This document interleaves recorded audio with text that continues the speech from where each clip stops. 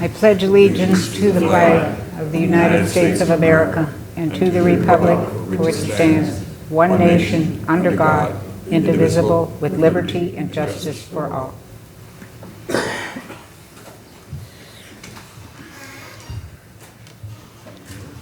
notice of this meeting of the Elbridge Township Planning Board has been provided in accordance with the Open Public Meetings Act at least 48 hours prior to the commencement of the meeting by properly posting in the municipal complex and announcing the time, date, location, and agenda of this meeting, mailing such announcement to the Home District Tribune, and filing a copy of such announcement with the municipal clerk. Mr. Merwin? Present. Mr. Lauer? Here. Mr. Schmidt? Here.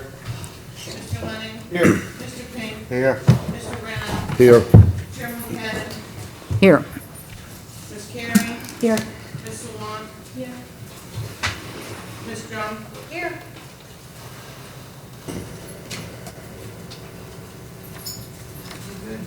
Everybody's here. I know what. It's on his way. Rakesh. Huh? Rakesh is on his way. Okay, I just want to remind everybody that we are being filmed and we're on television, and the cameras will go till 10. The meeting may last longer, so when the cameras go off, it doesn't necessarily mean that the meeting has ended. Okay, we have a completeness waiver for 11-19P Sedano Office Plaza.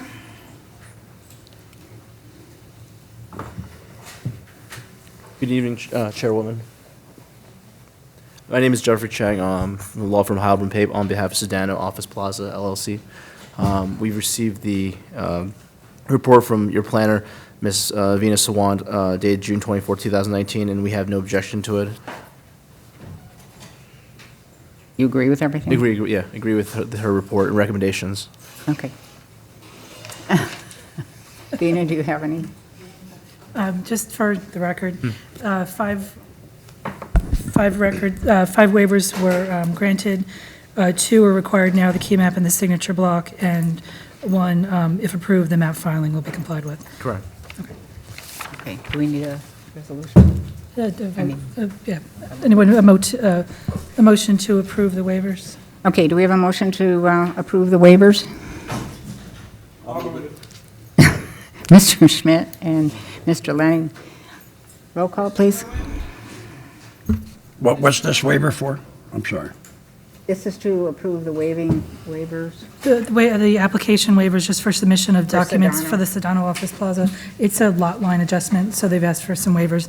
And there was a report by the township planner, and she agreed to 5 of the ones requested. They are going to still do 2, so we're denying 2 of the requests, and 1 they're going to comply with if they actually get approved.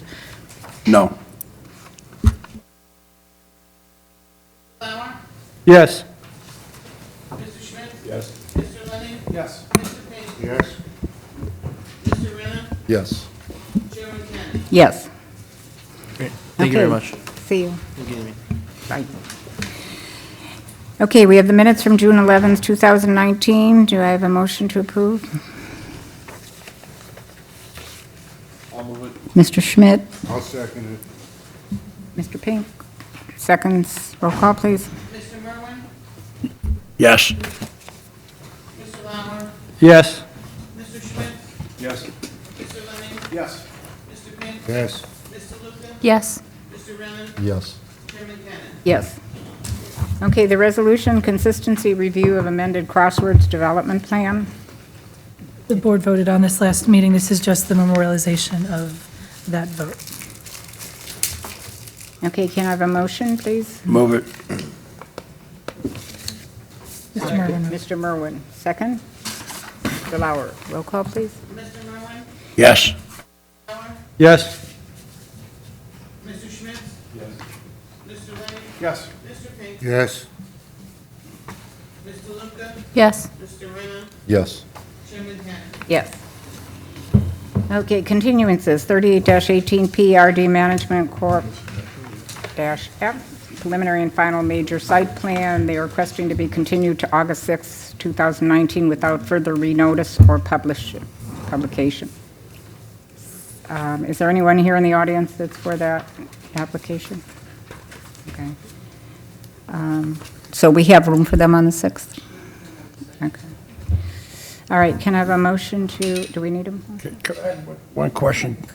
The without further notice, are we allowed to tell them they have to notice, or? We could, they have filed, they've published and sent notices out, and they did come in once, and we asked them to do more work on the project. Yeah, but so now we we're like carried- 3 months later, that's why I was wondering, you know. We can ask them to, republish if you get to a certain, it makes some sense. I I don't yeah, know I that mean- that's going to be their final date. I'm not even certain they're really going to come in August. I know we had a very large crowd in the audience, and I'd like, you know, to make sure that they get heard, and, you know. Yeah, so. we can, if the. I would move that with further notice. Okay, was there a second on that motion? Yeah, is there a second to renotice? Yes. Yes, seconded by Mr. Schmidt. Roll call, please. Mr. Merwin? Yes. Mr. Lauer? Yes. Mr. Marucci? Yes. Mr. Schmidt? Yes. Mr. Lenning? Yes. Mr. Pink? Yes. Mr. Luca? Abstain. Mr. Renner? Yes. Chairman Kennedy? Yes. Thank you. No problem. Okay, applications 47-18P, Edward Testino LLC, preliminary and final major site plan. Madam Chairperson, Yes. due that I am the Democratic mayoral candidate in township and the applicant is the chairman of the Old Bridge Democratic Party, for full public disclosure, I will be recusing myself from this application. Okay. Thank you.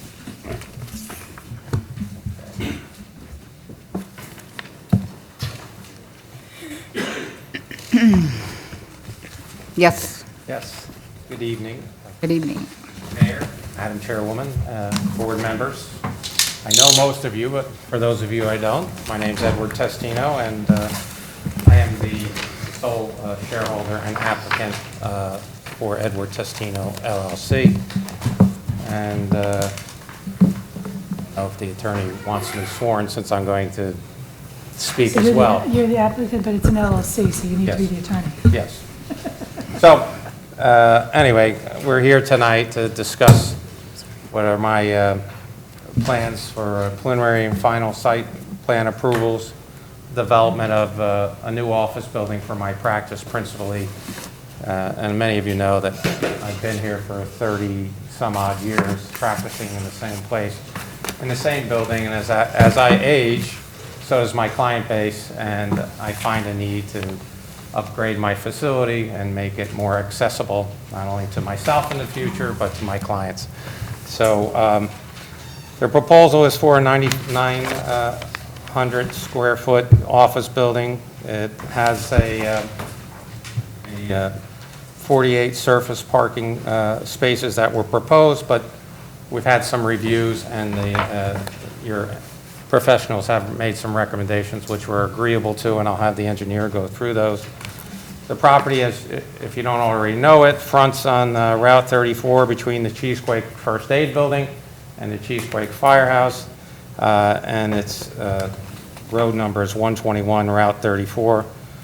The property currently accesses through Route 34, which is a highway, a state highway, and there's a combined access for in and out along the Route 34, which is what continues to be proposed.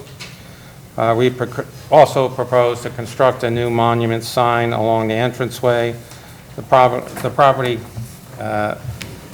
is envisioned to have a stucco building, which I have my architect talk about in a few moments. And the zoning of the property falls within the OGI Office General Zone. The use is a permitted use, and tonight we have my professionals here to provide testimony and answer your questions as you see fit. And we will present Mr. Kurtz of Kurtz Engineering as our engineer and our planner, and he's submitted his drawings and his plans and his reports. We next will have Scott T. Pennell, who's here. Where's Scott? There he is. And he's our traffic consultant, since a traffic plan was required to be submitted. And finally, we have Roy Quackenbush, who many of you are familiar, as an architect that practices here in town. And he is our architect and planning consultant And should you have any questions of myself or any of the professionals at any time, we certainly welcome them. And for the record, we're in receipt of the following review letters. We have the June 4th letter of the Township Planner, and the June 4th letter of the Township Fire Marshal, Mr. Garrity. The May 29th letter of Gary Lavallo, the Conservation Officer. The June 6th email of the traffic review consultant that the town had, and correspondence with our traffic consultant. And the June 4th engineering consultant memo. And I'd like to call Mr. Kurtz to be sworn and provide testimony at this time. I swear affirm the testimony about to give in this matter is the truth, the whole truth, and nothing but the truth. I do. Please spell your name for the record. Sure. William Kurtz, Kurtz. Thank you. Mr. Kurtz, can you tell us, are you a licensed engineer in the state of New Jersey? Yes, I'm a licensed engineer, planner, and land surveyor, licensed in both the state of New Jersey and Delaware. And have you qualified as an expert before boards? I am principal of the firm Kurtz Engineering that's been primarily responsible for land use projects throughout Middlesex, Monmouth, Ocean counties, throughout New Jersey. And I've been in front of Old Bridge, but probably 5 years ago was the last time I've been before this board. And you're Okay. qualified as an engineer? Thank you. Yeah, we'll accept. Thank you. Thank you. Mr. Kurtz, you prepared plans and drawings and specifications for the project known as the Testino Law Office. I have, yes. Could you just review and describe the plans and the project for the board briefly? I know that they all have Yeah, copies, and you've updated some Right. plans, and I'll hand them out while you're describing it. Sure. Just for the record, it's block 4187, lot 3.11, in the townships, on the township zoning map. It's a 1.84 acre site. Its address is 121 Route 34. It's in the OG1 Office General Zone. As Mr. Testino has indicated, it's between the Cheesequake Firehouse and the Cheesequake First Aid Building. To the, I guess, to the north is a residential community. Yeah. And it's a site that Mr. Testino has testified to, that he's had an office building on the site for approximately 30 years, and it has a limited parking facility, substandard in terms of the design standards of today and the township's requirements. It's his request that I design a site plan for him that would support a 9,900 square foot office building. I just want to mark, so what you handed out to the board, is that the same as what's on the? All right. Let's mark the What I've exhibits. prepared is simply a colored rendition of sheet 3 of 9 of the set, which is the layout dimensioning plan. What Mr. Testino has handed out is a revision to that plan based on recommendations of your township's professionals. Okay, let's mark, which one are you going to use first? The colored rendition, Colored rendition, let's mark that A1 then. and you just want me to write that right on there? Dawn will give you a sticker. And then let's make the handout, which is the revised site plan. Okay, and the date on the revised is, I can't, can you read it? It's very January small. 22nd, 2019, Sure, and it'll be A2. okay. Thank you. So as I stated, Mr. Testino's site, it's a 1.8 acre site. It fronts Route 34. He has a very substandard driveway access to Route 34 for his office building, which is probably 12 to 1,500 square feet now. It's his desire to demolish that existing structure and build a new two-story office building on the site. The site slopes in a, I guess, from where the proposed building is being constructed. The property's topography slopes northward toward the residential community and southward from the proposed office building toward Route 34. There's a conservation easement that exists on the property, and that's denoted on the plans, and is shown as a heavier green shading on the rendering A1. So he's limited in what he can do with the property. Obviously, there's a heavily wooded section from the back of the proposed office building all the way to the residence, and it's his intent to maintain that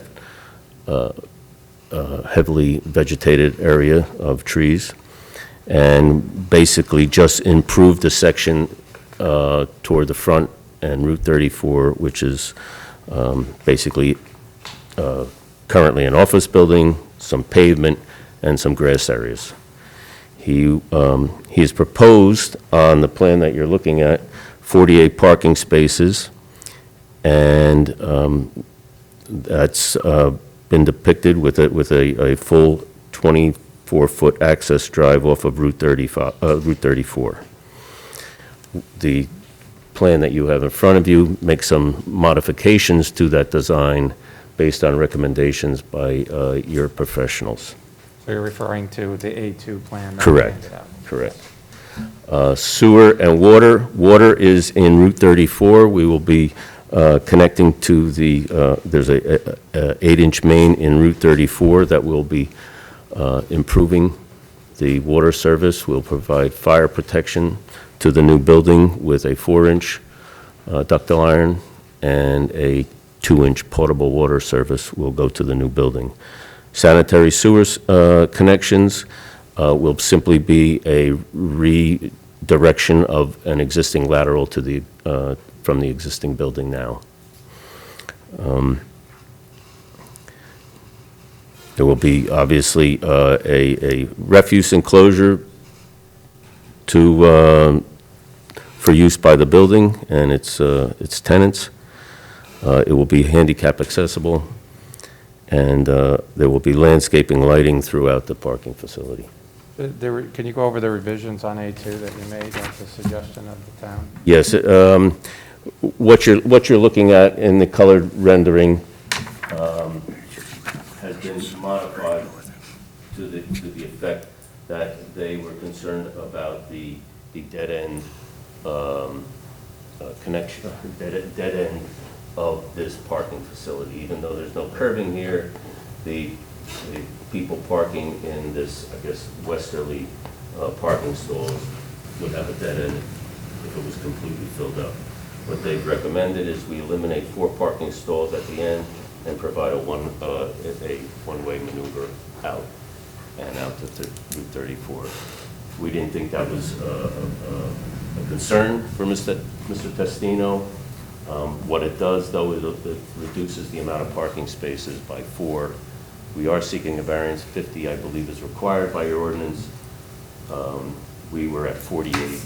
We are now going to be at 44, I believe. And there's some engineering standards to say that that would be acceptable? Well, Mr. Kennel could testify as to the parking requirements, but evidently your professionals also in the report have indicated that shouldn't be an issue in terms of the type of use that he's anticipating. There's comments that your professionals, both your planner and your consultants, your engineering consultants have requested that I address with any revisions if the board considers favorably this application. And I didn't have any real issues in addressing any of them. If there are those that you would like me to discuss, I'd be happy to do that. The fire marshal and the planner wanted the refuge to be moved a little bit. You can accommodate that, is that right? Yes, yes. And as far as the ADA changes, you make those accommodations as well, right? Any revisions to the plans would be made to satisfy your professionals.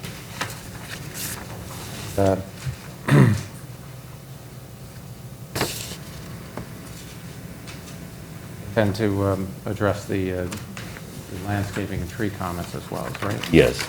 I mean, if you'd like, I could speak to the variances that we're seeking. I spoke briefly about the parking. Yes. 40, I believe 44 spaces will be proposed with this revision that's being requested by your professionals. 50 spaces are required. There are a couple of other variances or nonconformities. What are they? This zone requires a buffer of 75 feet from the right-of-way line, front right-of-way line. That is excessive in terms of being able to develop this property with what Mr. Testino is proposing. I would just like to point out that the existing parking facility is no further back than what we're proposing now. So we are not exacerbating that situation, we're improving it and making it, bringing it up to the standards of your ordinance today. And we didn't want to move the building back further because you're trying to keep all the water in the front, is that correct? That's absolutely correct. There is the ability to put this parking area to the back, but I don't think the residences to the rear would appreciate that. So it was our intent to seek this buffer variance, and perhaps your planner could add a little bit more information with regard to that. But it was our desire not to disturb any of the existing vegetation along the rear of this property to try to take the neighbors' concerns. Other variances that you need to get this plan approved? No, just the one, Vina noted that there was a minimum landscape ratio variance, and my draftsman did not include the conservation easement area, so we do not require that variance as a result of this application.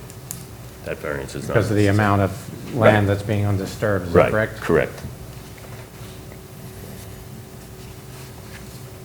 The removal of the two spaces would address the loading requirement and Well, again, we had proposed a loading area on this original submission.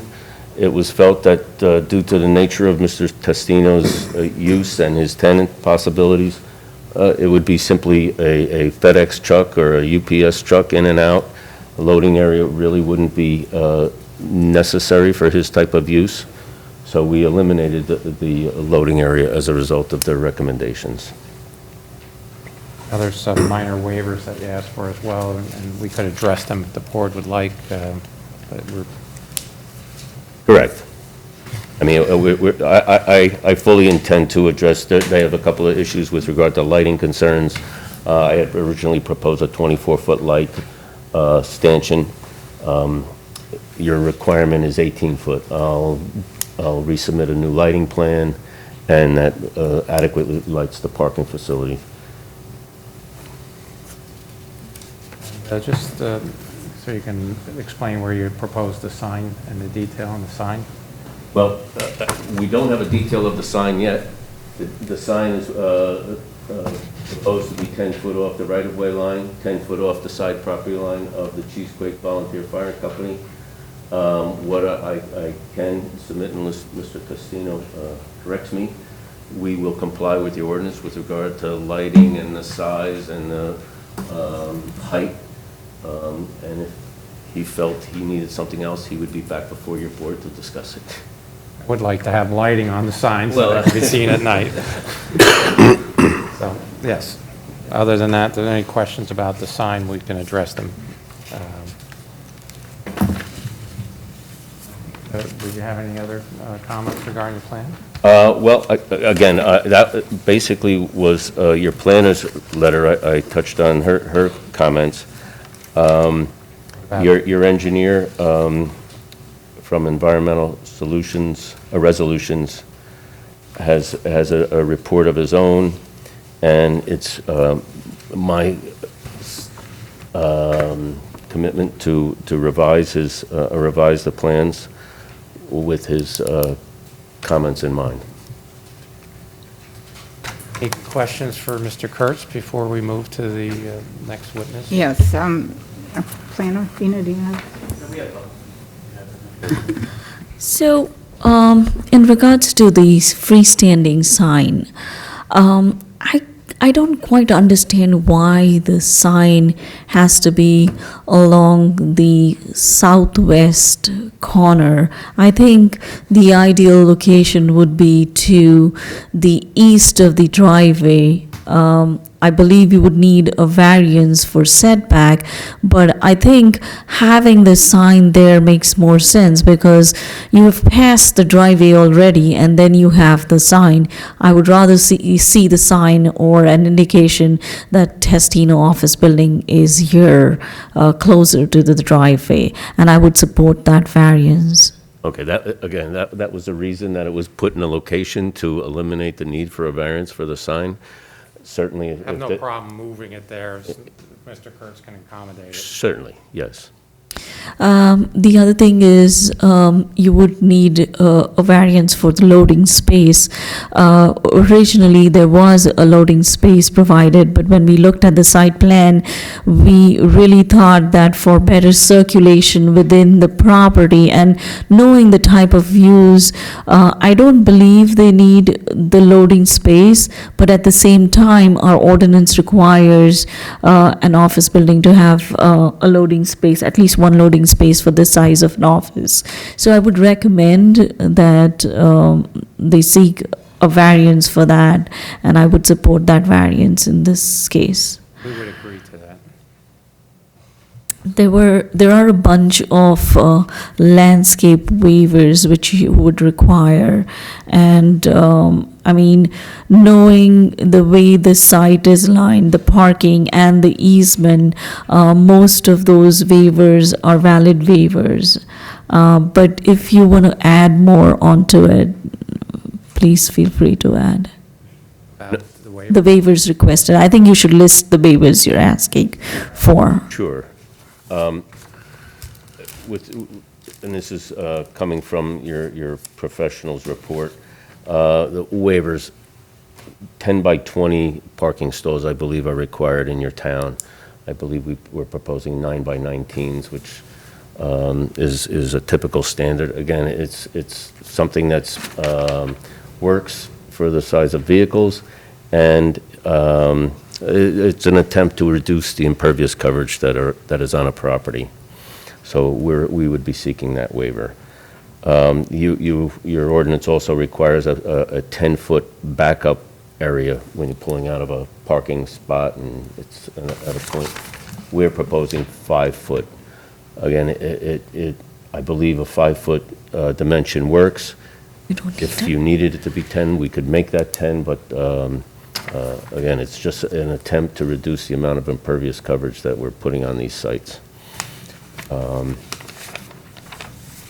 Curb radii, these islands, there's an island here, a landscape island that we'll be proposing. There's another one now that's been requested with the revised plan.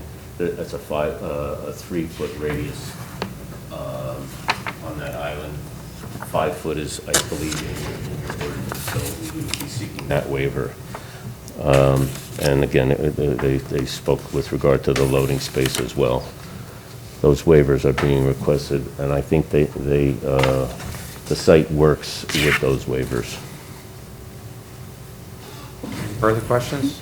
Lighting pole height. I'm sorry? The lighting pole, Oh, the yeah, height. Yes, if I didn't mention that already, the lighting, we were seeking, I had originally proposed a 24-foot high light pole, and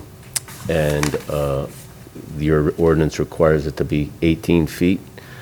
I had indicated that I would revise the design to be 18-foot. It may mean adding a couple more light poles, simply because you need, whatever it is, 1-foot candle throughout the parking lot. If you think the waiver is worth granting, I would leave the plan as is. If not, I'll revise the plan to be an 18-foot high pole. We would recommend that they reduce the pole height to 18, and at the compliance plan stage, we would review the design of the light pole and the lighting plan. The same thing with the freestanding monument sign. We would like to review it at the compliance plan stage. As long as a new variance is not required, we should be okay That is, handling it administratively. Mhm. thank you. That would be agreeable. Is that anything else? Yeah. Yes. With regard to the waiver for the parking space size, I mean, we've had that discussion here at this board a couple of times now. Given the type of use that you have, it's a low turnover office building. The 9 by 19 is an acceptable parking space size for this kind of use. So I have no objection to that waiver. Likewise, with the back out area, our ordinance requires that 10 feet. There's the one spot really requires that. It's the accessible stall closest to the building has about a 5-foot area there. Again, given the way that the site is designed, that spot doesn't really even need that back out area because you can back straight out of the spot rather than trying to do a K-turn maneuver. So that waiver is perfectly appropriate for this situation. And also with the radii for the internal curb islands, given the limited space we have and the fact that the applicant requires parking variance as it is, to require that 5-foot radius, which really, again, on a parking lot like this, doesn't really add too much to the maneuverability, would really result in them losing another couple of parking spaces. So I would support the waiver for that as well. I did have a question. We had noted number 9 in our general comments in our letter on page 4. The screening, are you around the trash enclosure? You're going to provide that, right? I'm sorry, yes, your comment with regard to the screening, we would definitely comply with. So there's no variance required? No variance Okay, so requested for that, So no. we'll take that off. And we did have some technical comments regarding the grading and drainage for the project, and I did get a chance to speak with Mr. Kurtz earlier today and just go over our review letter, and I'm satisfied that they'll be able to address our comments. There's going to be some modifications to the drainage and some additional clarifications required, but it won't result in any, it shouldn't result, let me not make declarative statements, it should not result in any modification to the site plan that would be of substance. So I believe we can satisfy most of our comments, and I have nothing further for Mr. Kurtz. Did you want to comment now, or you want to wait till the? Yeah, I'll comment. Most of it's site plan issues. Deanna Drum for the record. Mr. Testino, I just want to make sure, you referenced an email from my office, but I also had a letter dated May 10th, 2019. Traffic consultant may have that as well. Okay, I just want to make sure with Mr. Kurtz, because I had some site plan comments, that he was okay with some of the, This is the traffic review? yeah, correct. Yes. May 10th, correct. That's fine. In regards to the parking variance, while the code requires 50, the applicant is proposing 43 spaces. There was a few removed for the new circulation aisle, and then there was one over near the existing proposed loading area dumpster. So we're at 43 spaces. I'm very comfortable, 43 spaces for this professional office. If you look at some of our industry standards, that it requires about 35 spaces, looking at demand. So the 43 spaces, I feel I'm comfortable with that number, and I would be supportive of the parking variance. Okay, thank you.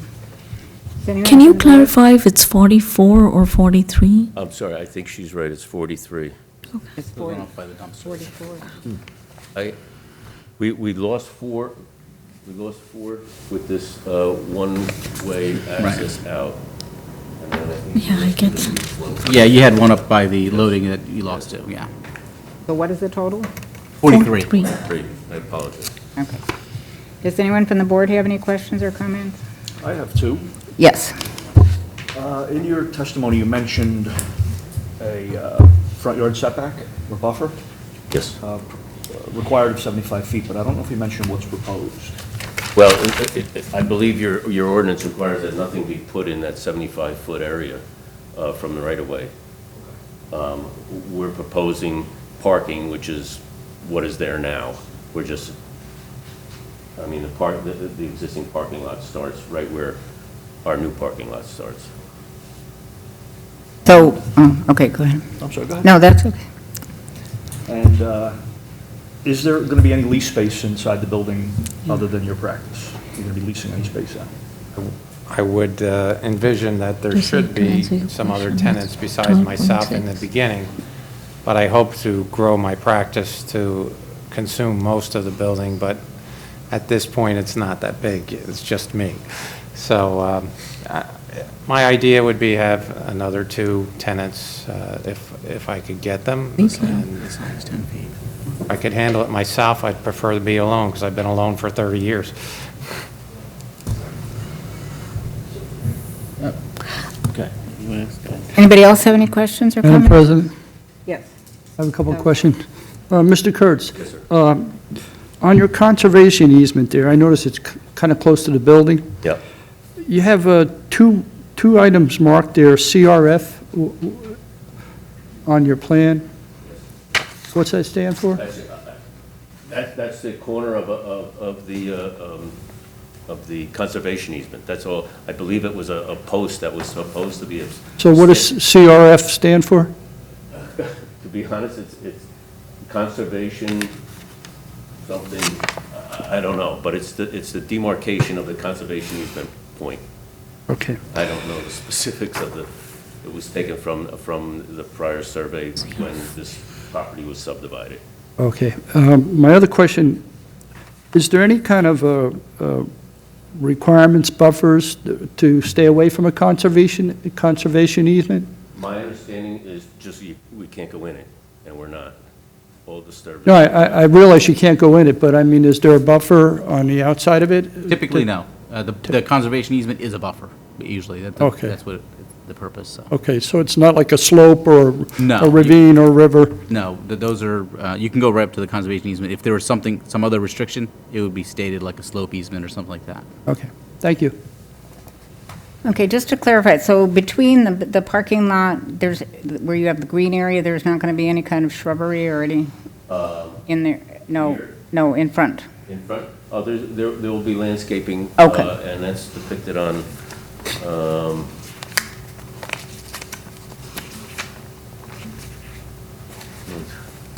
on sheet 5 of 9 of my set. And obviously, your professionals have requested that I supplement Okay. I was what just- 'cause you- I've originally proposed. All right, thank you. I'm sorry. Madam Chair, one thing, just for the record, can we get a clarification on the actual depth of the buffer, the minimum depth that you have? Because there's, is it 10 feet? 10 feet depicted on this plan, I think you 'Cause- got. because it looks 15 less. feet on the new plan, Okay, because on this plan, the plan that you handed out, got bigger. well, actually, no, it looks, because the sign is shown as 10 feet off, and your drive aisle looks like it's closer than the sign to the road, so I would imagine it's less than 10 feet. I don't have a copy of that Here, plan, you can use mine. but it started out as 10 feet. Just for the record, we just need to, obviously, when Ms. Carey draws up the resolution, we need to have the actual Thank you. distance.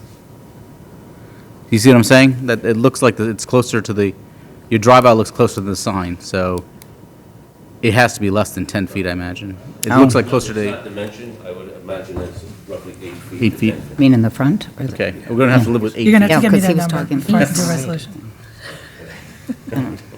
Yeah. Okay, anyone else from the board? Okay, is there anyone from the public that wanted to, has any questions or comments regarding this testimony? Okay, seeing no hands, we'll close this portion of the I public. have Scott Connell, that, Okay, I'm sure there's not going to be too many questions since he agrees with your traffic consultant, but he's here and he could be sworn and answer any questions. Sorry. Do you swear or affirm the testimony you're about to give in this matter is the truth, the whole truth, and nothing but the truth? I do. Just spell your name for the record, please. Scott Kennel, Kennel, with McDonough and Ray Associates, 1431 Lakewood Road, Manasquan. And your profession for the record? Yes, as I've appeared before this board many a times, I have over 35 years of traffic and transportation planning experience. Thank you. Thank you. But I know he's been qualified here before, so. Just briefly, you've heard the comments from the township's traffic consultant, and you've been able to accommodate them on the site, is that right? That's correct. The revised plan addresses the circulation comments as well as pedestrian or handicapped access to the building as commented by the board's professionals. And the 43 parking spaces proposed exceeds recommended national standards by Urban Land Institute and the Institute of Transportation Engineers, where they recommend 4 spaces per 1,000 square feet, and we're providing 4.3. So unless there's further questions, I wouldn't belabor the board with any additional testimony in this area, except by bringing. Did you have any more questions you had, or? Deanna Drum, for the record, I'm fine. I'm good. You're good. Anybody from the board? I guess we're good. Okay, thank you. I have my architect who can describe the building for you. Yes, we want to be wowed here. Do you swear or affirm the testimony about to give in this matter is the truth, the whole truth, and nothing but the truth? I do. Spell your name for the record, please. Roy Quackenbush, Quackenbush. And Mr. Quackenbush, can you tell us what your profession is for the record? Yes, I'm a licensed architect. And you've been qualified to testify as such in front of this board before? I have been in front of this board before. It has been several years. Okay, thank you. Accepted. Okay. Mr. Quackenbush, would you describe the Yeah, I think the rendition that you brought and the plans that you drew? Yeah, I guess we want to mark this rendering. A3.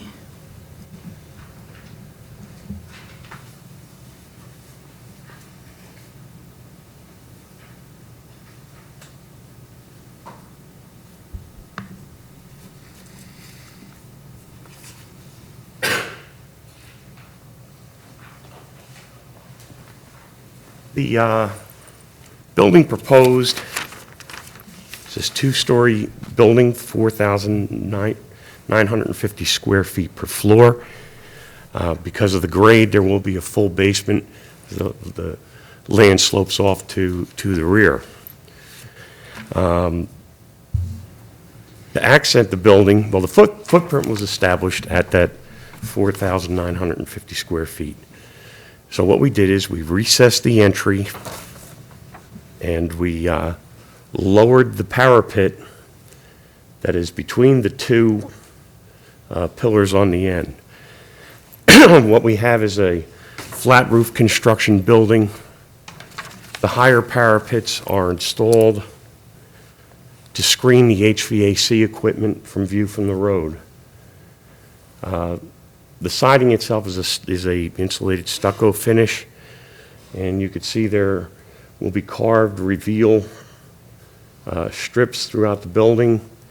We took a more contemporary, clean look to this building. The accent at the entrance, there's a 2-story atrium that you come into, and surrounding that 2-story entry is a fieldstone accent stripe, and which is also carried around as a water table across the basement on the Route 34 entry. And the building will be fully accessible for handicap access. We'll have an elevator, and I would open up for any questions. So you've reviewed the planner's report? I have. And you're able to comply with any of the comments you had there? Yes. Any questions from the board for the architect? Mr. Quackenbush, Yes, sir. will there be access from the outside to the basement? Yes, there will in the rear. There's a rear entry. Okay, thank you. Dina, did you have anything? What is it going to be, white, gray? Yeah, we're staying in that neutral colors. I would certainly want to. But my wife hasn't decided yet. Yeah. And there's no signage? You're not going to have any signage on the building? I don't anticipate it. It's going to be a legal building. There may be some Maybe the carving number. in there. Not going to have flashing? I actually saw a statute in Greece that I wanted to bring home and put in the foyer, but that's about it. Okay. Anybody on the board have any? Yes, Mr. Luca? What is the intended use of the basement? The storage. And when you're talking about the exterior, did you say it was a synthetic stucco? Is it an Yes. ephes type Yeah. thing, or, okay. And so those are all windows that we see there? Yes, well, on the anchoring, the two end sections, the top is window. There is a spandrel panel in there because there's a floor in there, but it looks like windows from Oh, the street. okay. Yes? The proposed height for the basement, ceiling height. 9 feet. Will there be any future anticipated use for the basement other than storage? See on my basement now, that's all it has, storage. I'm hoping to have a more deliberate storage system than I do now. Look at that. You have no idea how much time I spend in there looking for old files. It's Okay, 30 but you're not years plus. going to use it as office space? It's not going to be tall enough, I don't think, based on that. Anybody else? Okay. Anybody from the public want to speak on the architecture or the traffic? Okay, seeing no hands. Well, Okay. that's all the witnesses we have for you. Unless there's some other questions in summation, I would just ask you for preliminary and final site plan approval with the variants that were noted and testified to, including the parking spaces, the landscaping, and the buffered areas. And we would, as stated on the record, comply with the conditions of the professionals that you have here. I would want to thank all the professionals and the staff for not only accommodating us tonight, but they had accommodated us throughout this process, including giving us an informal hearing, and that was very helpful to develop the plans to come in. So we did a lot of work before we got here, and that was because your staff was available to us. And we took their ideas and tried to work with them as much as we could.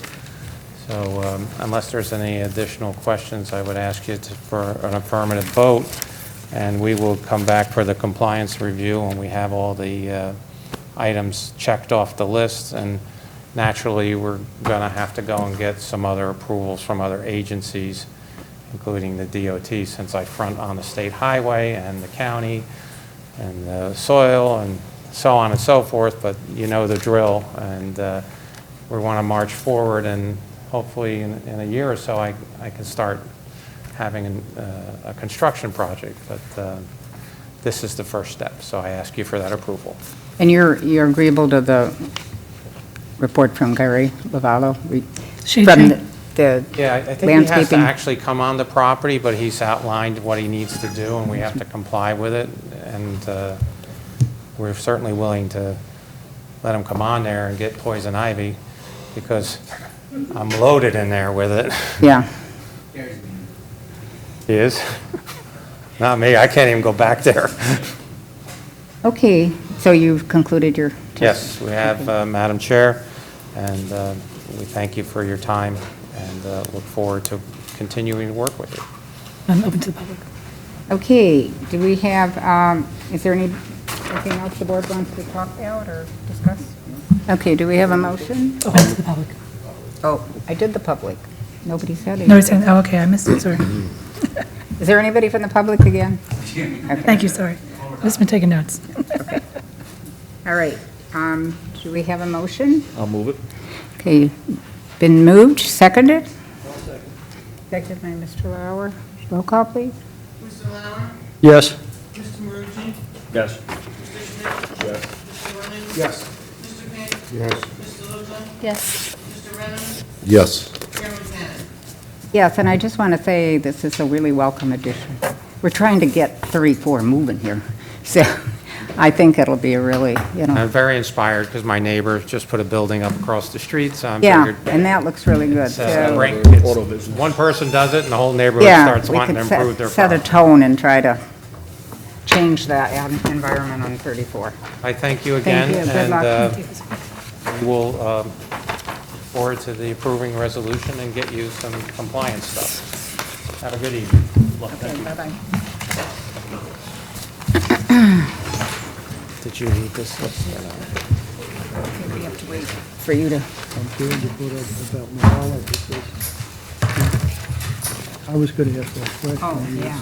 But, yeah, because he wasn't here to. Right, spell out his thing. Yeah, It's always good to put on the record that they agree to do that, but we can wait. It's an ordinance 24, that's all they have. But post it every, and remind them.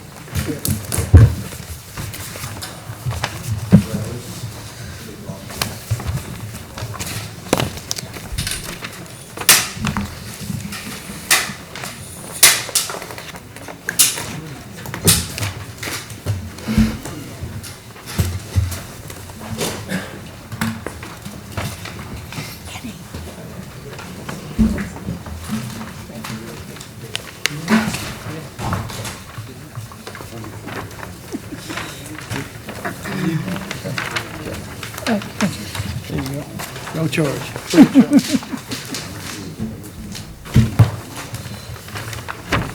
Please charge, no charge. Thank you. What a guy.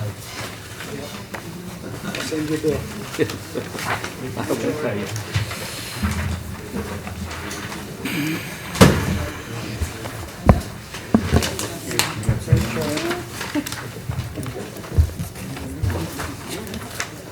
Let me know when you're ready. Free of charge.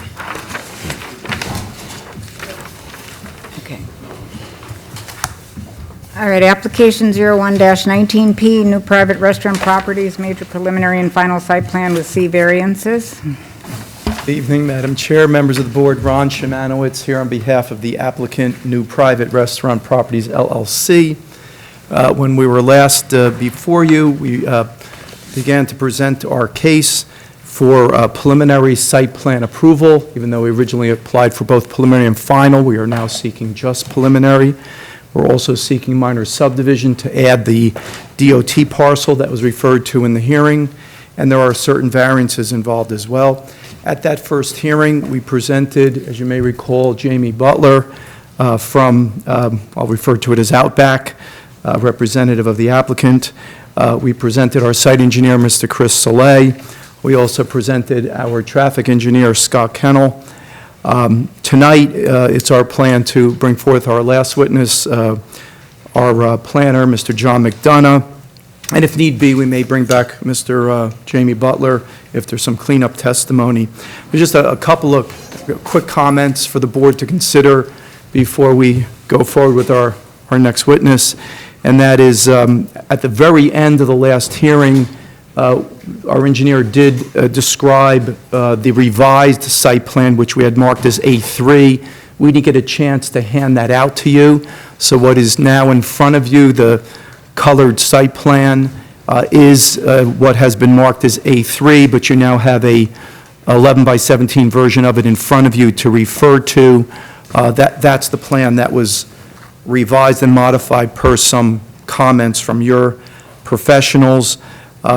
You'll hear tonight from our planner regarding a question asked about what variances would be eliminated if we eliminated the retail.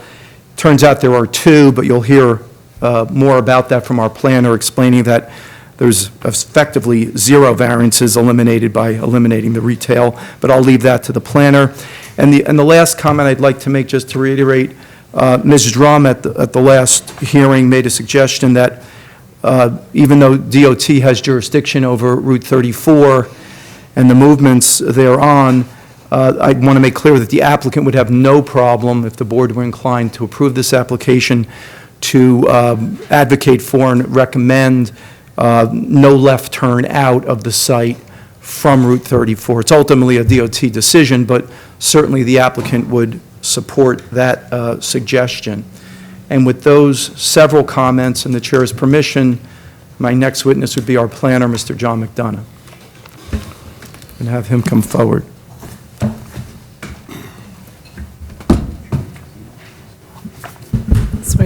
You swear affirm that the testimony you're about to give in this matter is the truth, the whole truth, and nothing but the truth. Yes, I do. Spell your name for the record, please. Sure. Hi, everyone. My name is John McDonough. That's spelled McDonough. And John, your qualifications? Well, I'm the project planner. I'm a licensed planner here in the state of New Jersey. I'm a member of the American Institute of Certified Planners, which is our national certification. I am a landscape architect as well, but I'm really here as the project planner. I've testified in that capacity in front of both your boards here, planning and zoning, as an expert planner. So I've been qualified here before, and I do this on a nightly basis, for better or for worse. Thank you, John. John, before you get rolling, are there exhibits you're going to utilize that you'd like to get marked so we don't have to interrupt you? I do. I have 3 batches of exhibits. The first was going to be a batch of just maps and photographs. I have them in handout size for the board. I do have them on thumb drive if it helps anybody in the audience. Otherwise, I think we can just stick with the smaller packet. Okay. And the first exhibit is going to be marked Exhibit A5. You'll have to describe for us what that is. A5, you'll see, is going to be file size 11 by 17. It's about 6 or so pages stapled together. And while I'm doing this, I'll start the handout process. But it's going to be a series of maps and photographs, again, to document site condition and context.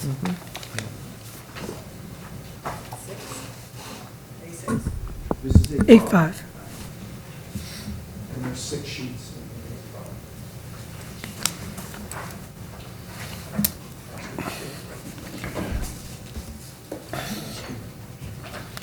Thank you, sir. Magnificent. What else we got, John? So that was So A5. we'll go through the next 2 batches after we get through this. That's We'll take them fine. one by one. That works. So I know the board doesn't have them yet, so I'm not going to go through them, but the intent, again, is to show the characteristic of the property and the surrounding land use context, which is going to form the foundation for the planning conclusions that I'll make this evening.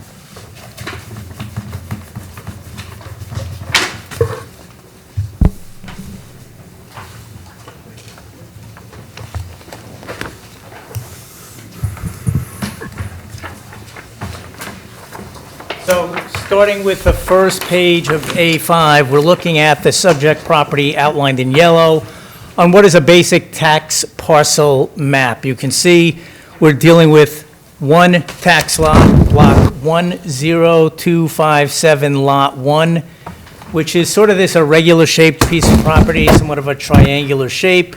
We've got frontage on multiple roads, including Route 9, Route 34, and Perrine Road as well. This lot is somewhat distinct by virtue of the fact that it's an island. It is surrounded by roads on all sides. It's not interconnected with any other lot. So to a certain extent, it's its own neighborhood. You know, we always are comparing neighborhood compatibility when we look at land use applications.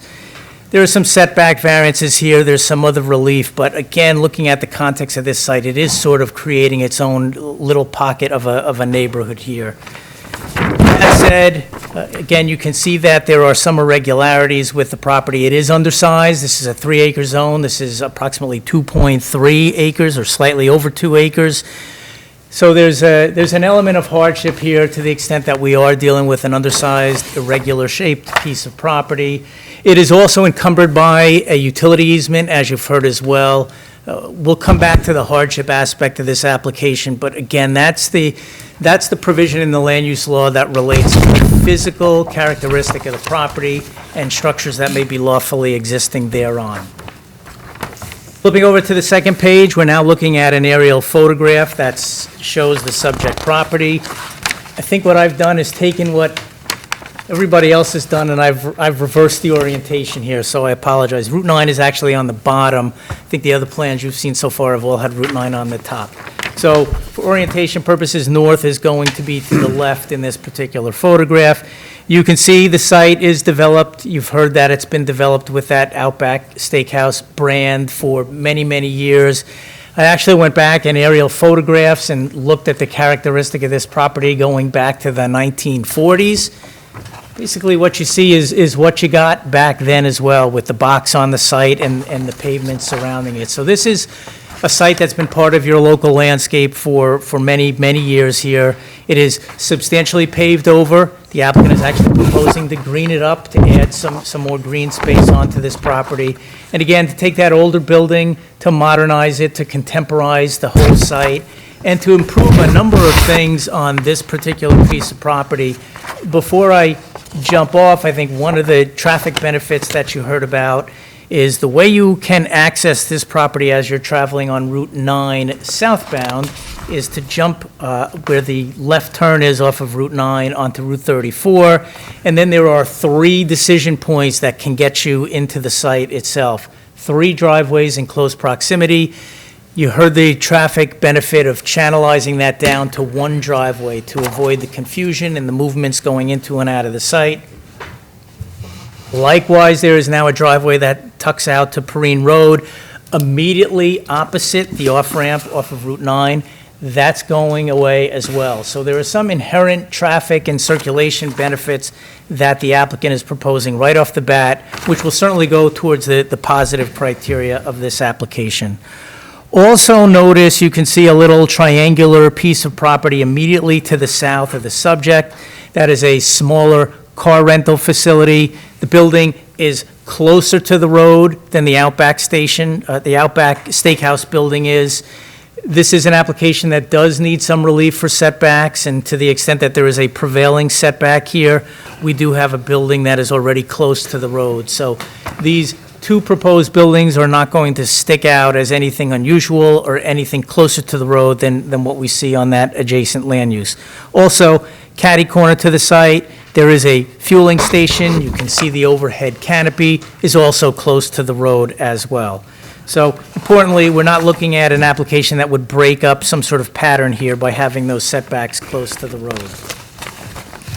Flipping over to the 3rd page, we've color-coded what is a traditional land use classification map.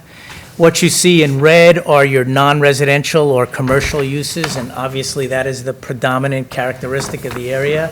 What's nice about this application from a planning standpoint is that all of the uses proposed are permitted uses in the zone. So the applicant is proposing commercial uses in a commercial district in a commercially established area. We do have some constrained areas or undeveloped areas on the other side of the property, on the other side of Route 34. But again, for the most part, neighborhood compatibility from an overall use standpoint. Page number 4 shows the characteristic of the zoning. The site is part of the EDO3 zone district, which is an economic development-oriented district. Your master plan, 2017 reexamination report, talks about this particular zone as adding to the viability of the Route 9 corridor. It was addressed, viability was addressed and recognized as an issue in that 2017 report, and it actually talks about providing for more vibrant and sustainable development along the Route 9 corridor, which this application is doing in terms of repurposing, reconstructing that which has been there for a long time. There's also language about creating new opportunities in the EDO zone and a recommendation to increase the FAR in some of your specialized development zones, your SD zones as well. Applicant is not asking for any floor area relief here. The building masses, the overall lot coverage is going to comply with your ordinance, but again, there is some recognition in the master plan about, I'll say, getting more creative about the uses on these particular properties to add to the vibrancy and the viability. Page number 5 just shows the characteristic of the site itself. This was taken just about 2 or 3 weeks ago, so it is an accurate representation of the site with the older brand of the Outback Steakhouse building, and you can see the parking field that's in front of it. And then finally, In the last page, we show the expanse of the parking that's associated with the site as well, and how the applicant is actually going to green up the site, break up some of that mass that you now see, and increase the overall open space and pervious coverage on the property. With that backdrop, just again to talk about some of the relief that the applicant needs here, your planner represents in the report that she put forth on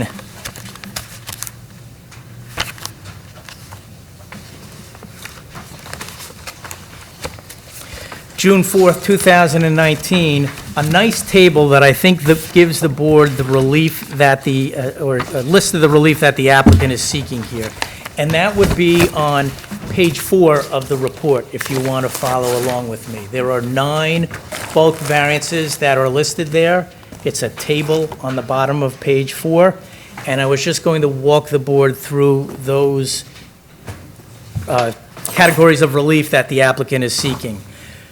There was a good question raised by one of the board members at the outset of the last application with respect to that outbuilding, that retail building, and if any of these variances that the applicant are proposing could be eliminated by virtue of the elimination of that building. Bear in mind, that outbuilding, and again, for the record, will the microphone pick me up if I move away from it? I think you can. So the question was the impact from a zoning standpoint of the, I'm calling it the outbuilding, the 2,500 square foot retail building. What relief would go away if that building were to go away? The short answer is, in terms of the categories of relief that the applicant needs, most notably setbacks, that category of relief doesn't go away because we have the same relief that the applicant would need with the Outback Steakhouse building. So the setback relief is necessary for the outbuilding, but it is also necessary for the Outback Steakhouse building as well. So the relief category doesn't go away, although those setback issues would go away. Bear in mind, the applicant is not proposing a building coverage that exceeds your ordinance. The overall building coverage or the FAR that the applicant is proposing here is actually less than 1/4 of what could actually be realized on the site itself. So less than 25% of the floor area that's actually allowed in the zone. Likewise, the overall impervious coverage on the property is less than what is envisioned by the ordinance.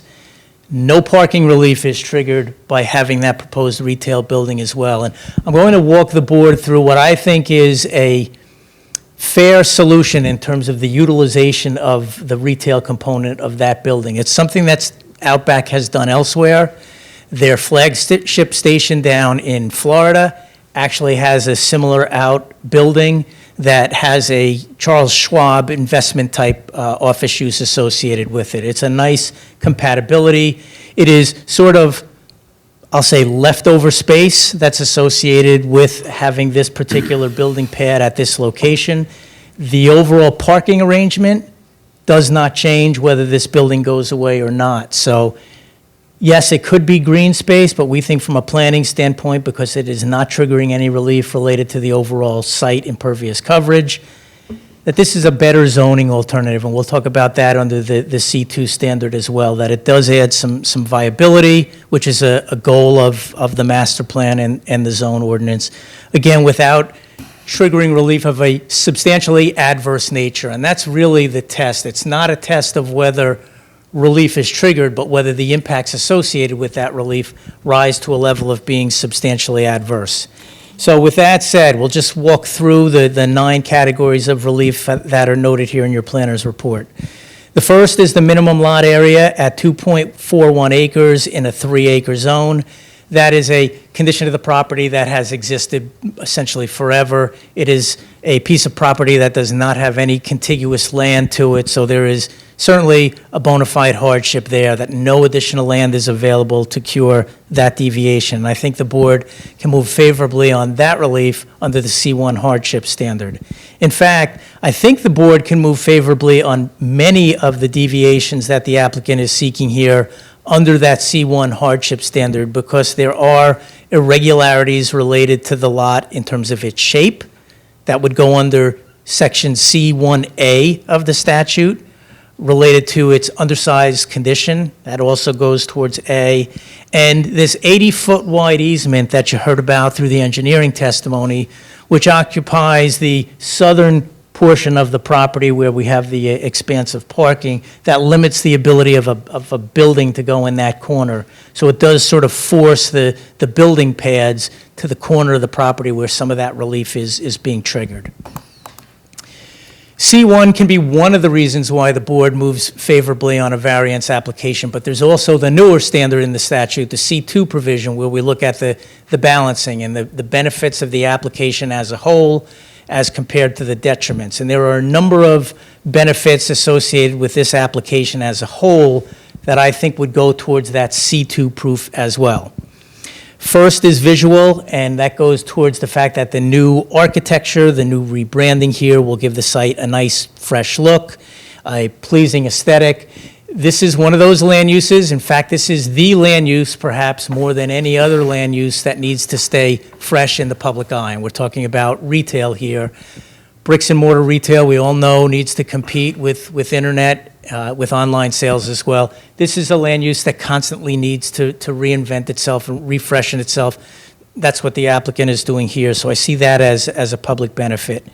Secondly, the functional benefits that I referenced at the outset in terms of better definition of parking, better definition of circulation, improved safety and convenience throughout the site is something I think the board can also look as a benefit of the application. Certainly, the added viability. We all know business retention is just as important as business attraction from an economic development standpoint.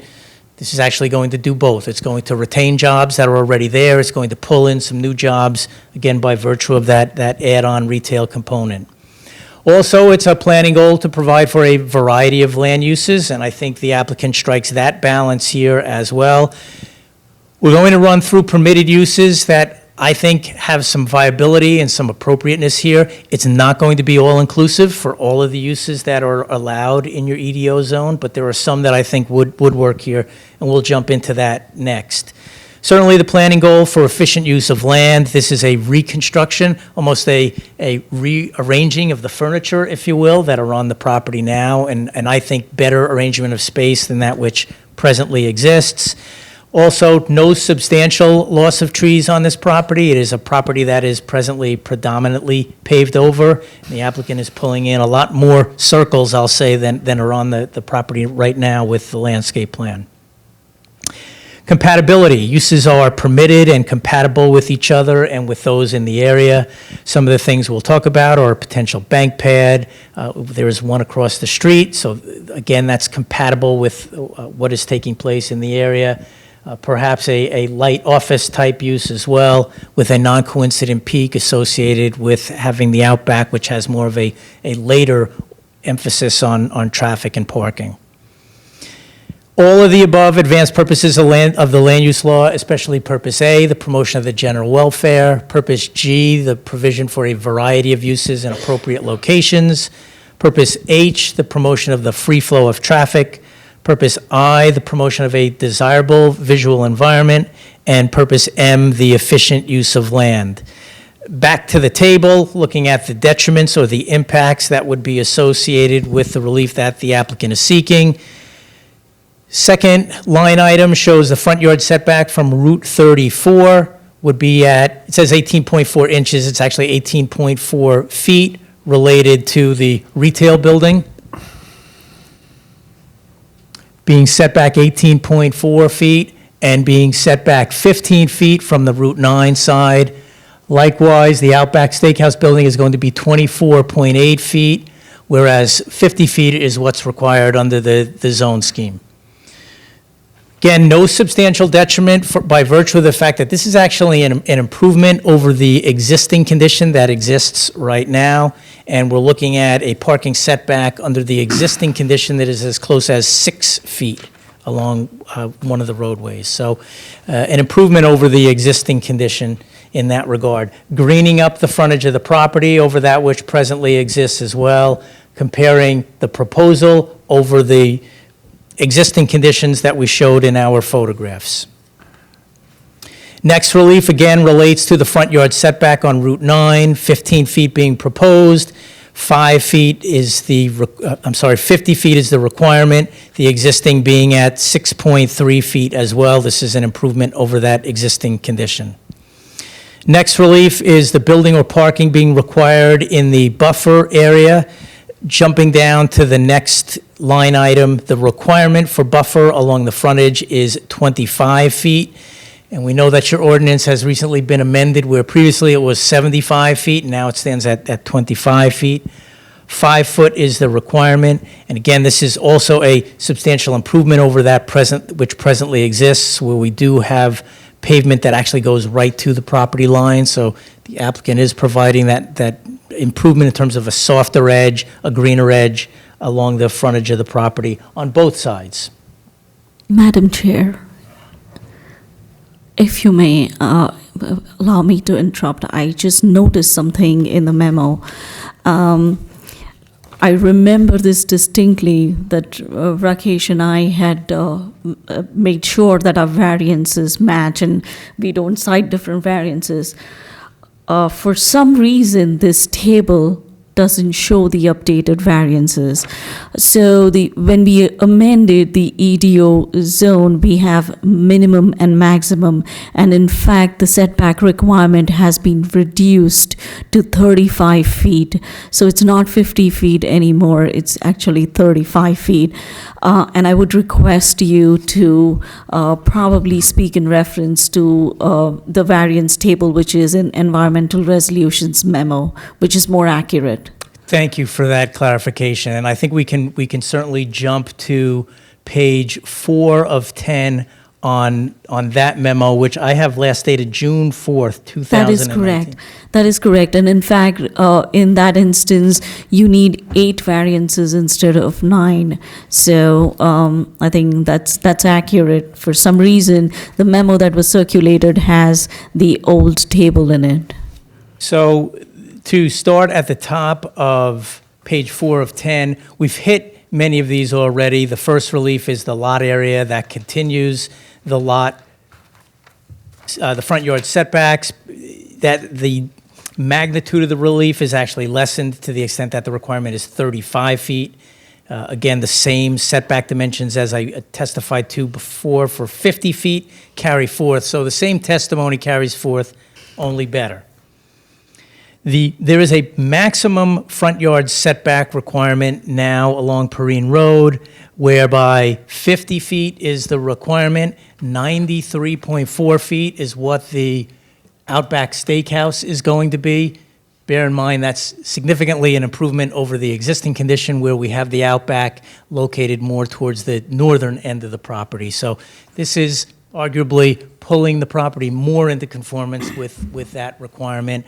And perhaps that helps reinforce the fact that the ordinance is looking to maintain buildings closer to the road than the previous zoning requirement had, which I think adds some credence to the fact that the applicant is requesting setback relief for front yard setback along the more primary orientation, which is Route 9. I think the intent of the ordinance there is actually to have building masses closer to the street than previously contemplated, not far back from the street.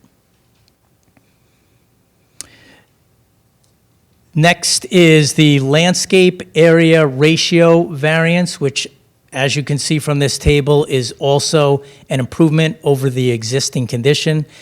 It doesn't get it all the way there, but it certainly moves the needle in the right direction.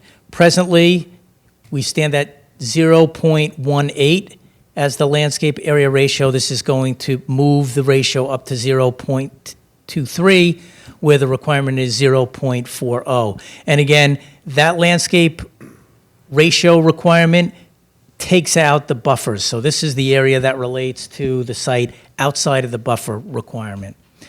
Bearing in mind, again, the overall open space on the property is going up. The green space on the property is going up compared to that which is presently there. Next category of relief, the variance, is under buffers. Again, like we talked about this before, 5 feet, whereas 25 feet is the requirement. Interrelated is the fact that there are parking areas and buildings separated from each other by a requirement of 15 feet.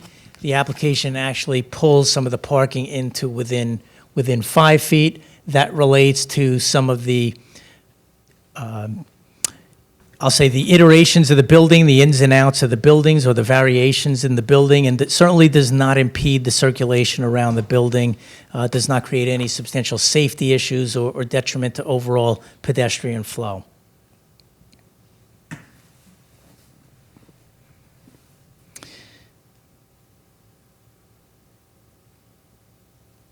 Next, we're jumping down to the design waivers, or the, okay, I'm sorry, I'm going to go all the way down to the next variance, which is the second to last one. This way, we'll take care of the higher order relief that the applicant needs, which are the variances. You heard the testimony last time of the signage program and how the applicant is actually proposing 3 signs, whereas 1 is the maximum allowed. We're dealing with multiple vantage points here. We have a property that is somewhat challenged by virtue of the fact that it does have 3 roadways surrounding it and multiple. I'm sorry, last interruption. Probably not. Probably not, and that's okay. As far as the signage goes, if you could clarify the number of signs that are proposed, I don't know if Chris can do that, but our letter cites 3, but I think last time the testimony was 4. You have a board with that? You want to take that one? Mr. Chairman, can I defer to the engineer? You remain under oath. You were sworn in last meeting. The takeout sign. And just state your name. Yeah, for the I think it was the takeout sign Takeout that wasn't sign. accounted for. So I think it's 4 total. There are 3 signs. but Without that's even takeout. putting up the architectural plan, the fourth facade sign is a takeout sign. It's a smaller sign right above the takeout door. The other 3 facade signs are the Outback Steakhouse words that are on the facades, and then the fourth is the takeout sign. Can you just spell your name for the record so we have? Szalay, Szalay. Yeah, for all practical purposes, it's the 3 facade signs, but there is a sign for the takeout, which is sort of standard fare now for these kind of restaurants to have a little takeout sign there. So technically, that counts as that 4th sign. Thank you, Chris. Sorry for the interruption.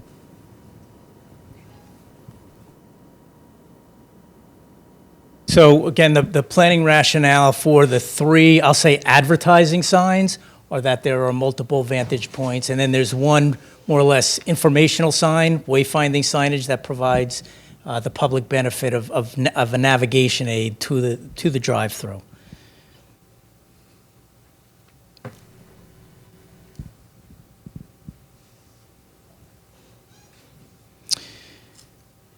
As far as the design exceptions go, bear in mind, we're dealing with a different category of relief than variance relief, and I've given the board the reasons why I think the statutory test for variance relief is met under either the C1 hardship standard or the C2 balancing standard. The board needs to find that either one are met, and I think both are met here. With respect to the design exceptions, the board has authority to grant these exceptions if they find that they are reasonable in the context of the design, that there's an element of impracticality associated with that relief as well. By the word impracticality, the meaning is that strict adherence to the requirement really serves no practical purpose or no planning benefit in this regard. So the first one would be the parking stall size. The requirement is 10 by 20. The relief being sought is 10 by 19, related predominantly, I believe, to the perimeter of the parking lot, where we do have some overlaps, but certainly an improvement over the existing condition, which is presently at 9 feet by 18 feet. So again, increasing the length of the stalls, certainly meeting a standard of reasonableness from an industry standpoint. The site is going to function safely and efficiently, notwithstanding that 1-foot shortage of the parking stall lengths. The right-of-way setback is going to be set at 4.5 feet, whereas 10 feet is required. This also is an improvement over the existing condition, and as we've heard, the applicant is going to green up the frontage of the property over that which presently exists. The overall parking landscape area requires to be 20%. It is presently at 5%. The applicant is going to green up the parking area as well, up to 9%. And lastly, there is relief associated with parking space length before it's interrupted by a landscape island. 13 stalls is the proposal, 10 is the maximum that's allowed. This too is an improvement over the existing condition where we have 16 stall lengths without a breakup. And with that, I believe the board can move favorably on all of the design exceptions as meeting a standard of reasonableness, certainly not overbearing in the context of the relief that the applicant is seeking, a better zoning alternative, and certainly serving no practical planning purpose to enforce strict requirement of the ordinance standard. With that said, I think the one last issue that I wanted to address for the board is what could go in that outbuilding. I know it was a concern last time, and what I actually did was I took your older list of permitted uses. I can give the board copies, and the only reason I took the older list is because the newer list is somewhat more general in nature. For example, it talks about retail. This list actually went down into different types of retail trade, and I've crossed out types of retail trade that the applicant would stipulate would not go in that building here. And I think in the interest of moving another exhibit in, this becomes a little guide, or at least a talking point in terms of what could or can't go in that outbuilding. This will be A6, I believe. Yep. And I'm not trying to confuse the board. This is your older list, but it does have some more language in there in terms of what those different categories of use can be. And I think it helps the board get its arms around as to what the applicant won't do here.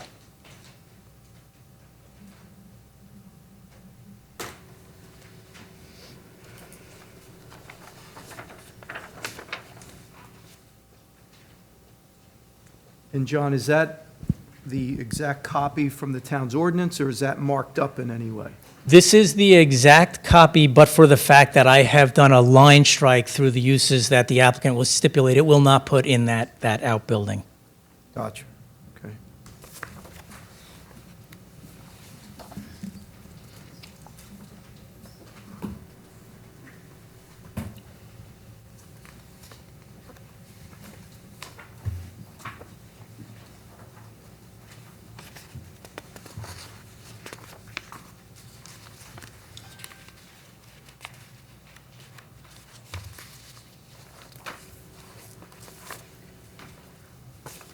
So under 5B, in terms of permitted retail trade, under Exhibit A6, we've struck out grocery stores, beer, wine, liquor stores, department stores, tire dealers, home centers, meat markets, fish and seafood markets, fruit and vegetable markets, department stores, warehouse clubs, supercenters, brew pubs, and rental car centers. Again, in the interest of avoiding uses that may be heavier on parking, traffic circulation in the later hours that may conflict with the restaurant use. All of the others are somewhat lighter land uses, and we think have peaks that may not be coincident with the subject restaurant use. Flipping over to the next page, under H and I, we've gotten into office-type uses that would not go here. Wasn't exactly sure what a waste management office was, but we struck that. We also struck out health care, social assistance-type uses, any medical-type office use where you could have the patients waiting for the doctor, certainly conflicting with the restaurant use in the late hours. Flipping over to the next page, food service-type uses. We've struck out full-service restaurants, but we did put in and left in limited service eating places, and the thought here was something that may close, let's say at 2 o'clock in the afternoon, a bagel place in the morning, a deli in the afternoon. Again, this is a 2,500 square foot space, a little space. That parking lot will be largely underutilized during those hours when these particular land uses would kick in. And if you go by the strict read of the ordinance, if that space were to be filled with a restaurant use, I put down 85 seats, it would still comply with the parking requirements if you add up the two uses together. The applicant would not need any relief. So with respect to a food use there, anything that has upwards of 85 seats would still comply with the literal requirement of the ordinance and have enough parking under the ordinance for the restaurant use.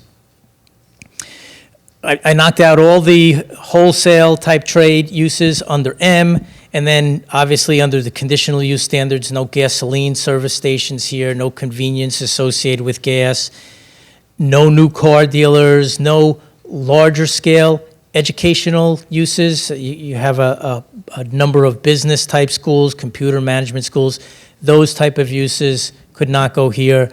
And then finally, on the last page, I've just struck out all of the other type service uses, auto service, repair, hotels, all of the obvious things that certainly would not fit on this particular building type.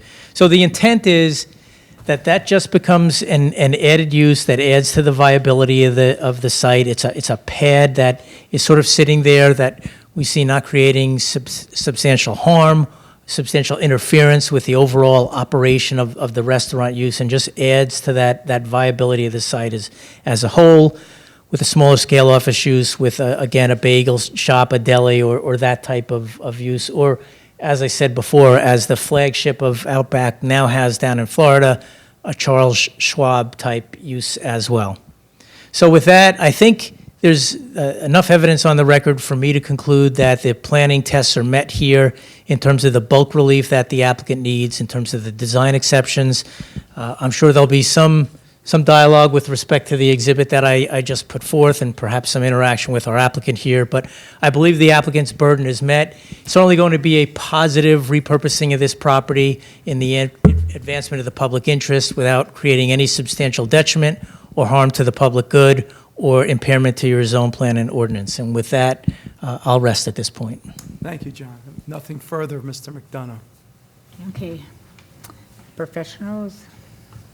I actually don't have any questions, but after the last meeting, I did start thinking about the questions that were asked by Councilman, by Steve. So what I did is I actually went to the site a couple of times just to see how the parking works. One thing I wanted to say, I know there was a lot of questions about the retail use. And one, we recently adopted our amended EDO ordinance. And when I came in with the EDO amendment, I had said it on numerous occasions. We were trying to distinguish between the EDO 1 and the EDO 3.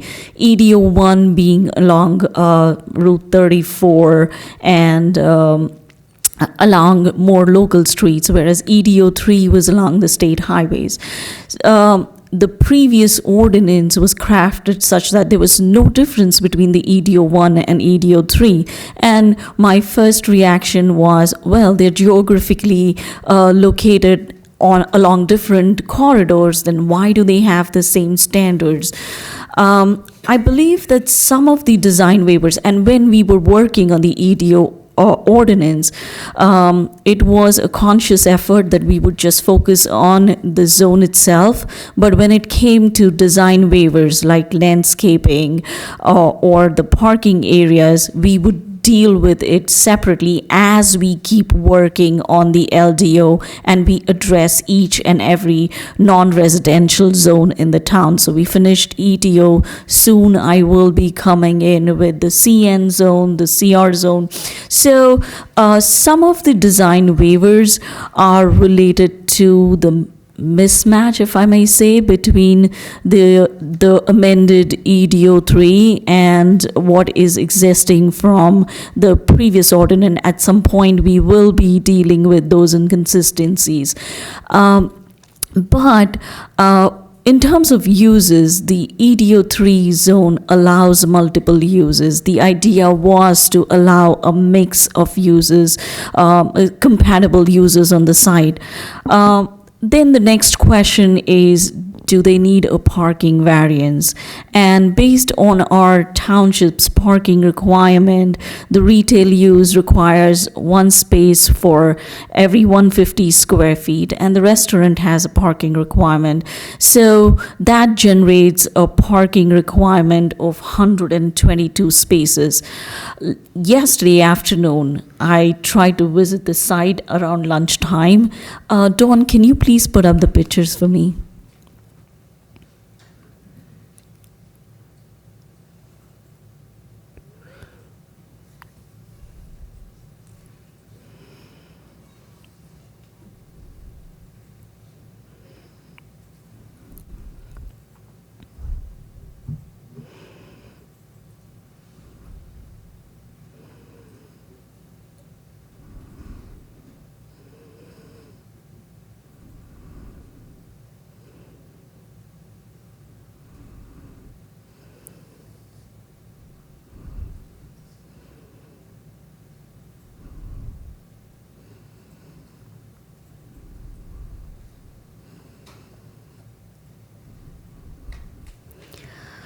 This picture was taken at 12:30 in the afternoon, lunchtime.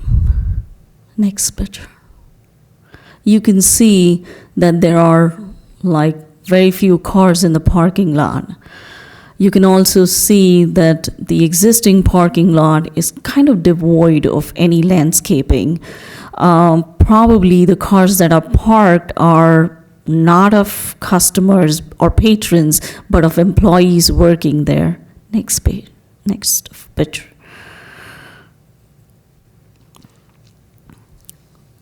These all pictures were taken on 2 consecutive days around between 12 o'clock and 1 o'clock.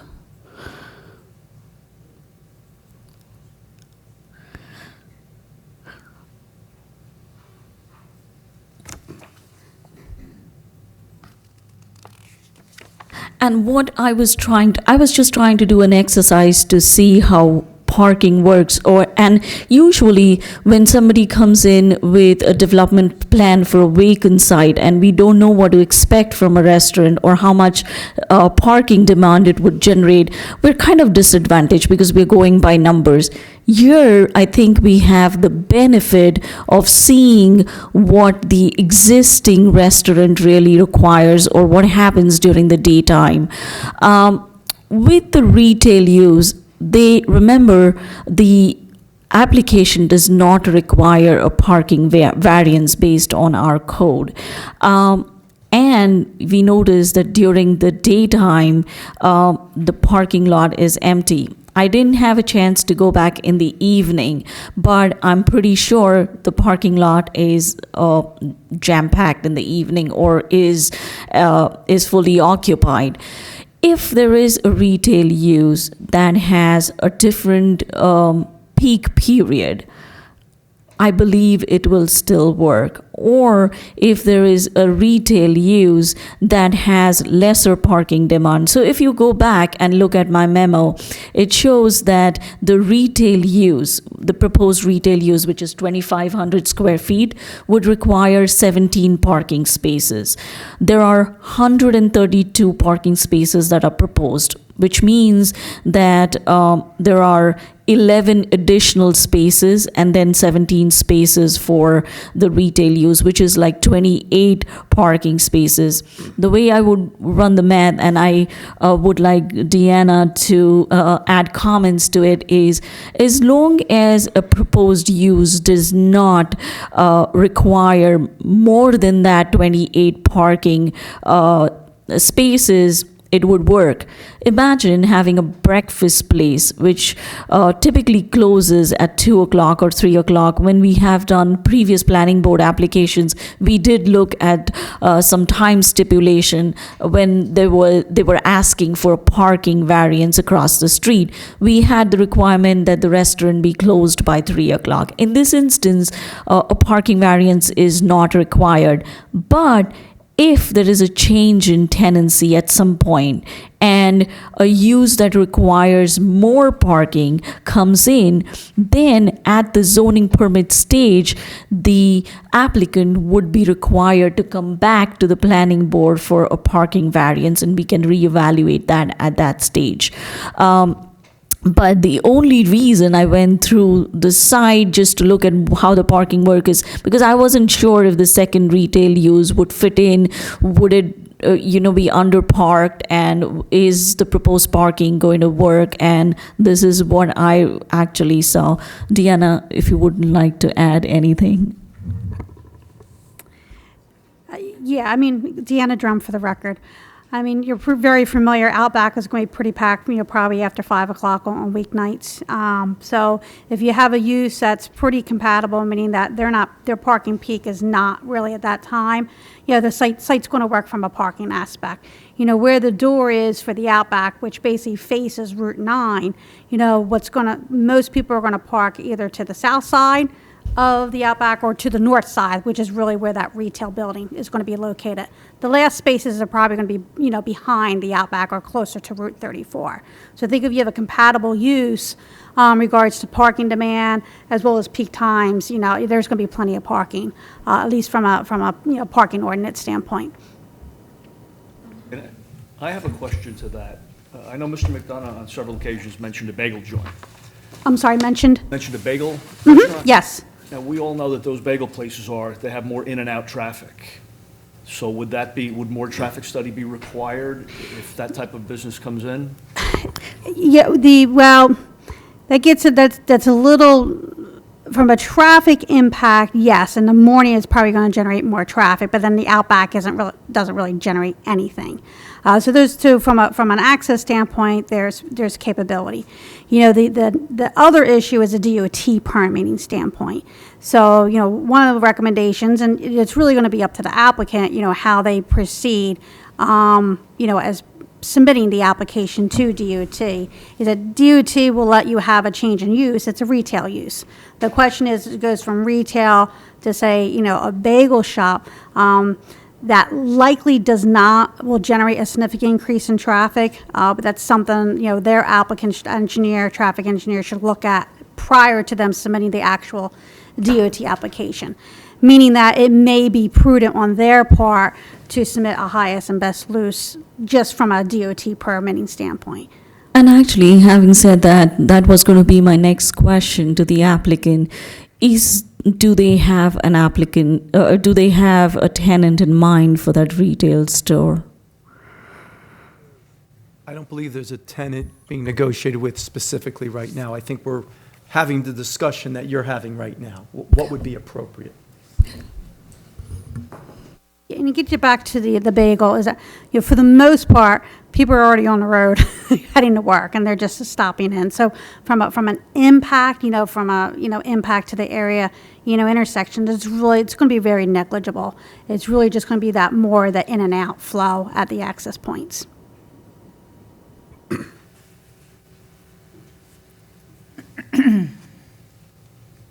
Okay, does the staff do you have any other comments regarding this testimony? I do have a couple of quick questions. We did get a lot of testimony last time from the applicant's engineer, but on page 5 of our review, we listed a couple of waivers that I think some of these have been addressed, but I'm having a hard time recalling whether number 2 was addressed with the pedestrian connections and pedestrian circulation throughout the site.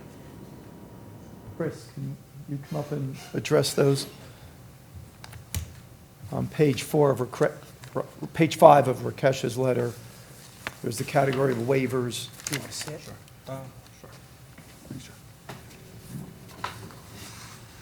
Rakesh, is it item number 2? Yeah, item number 2. I think the other items have been covered by testimony either from Mr. McDonough and from Mr. Saleh last time.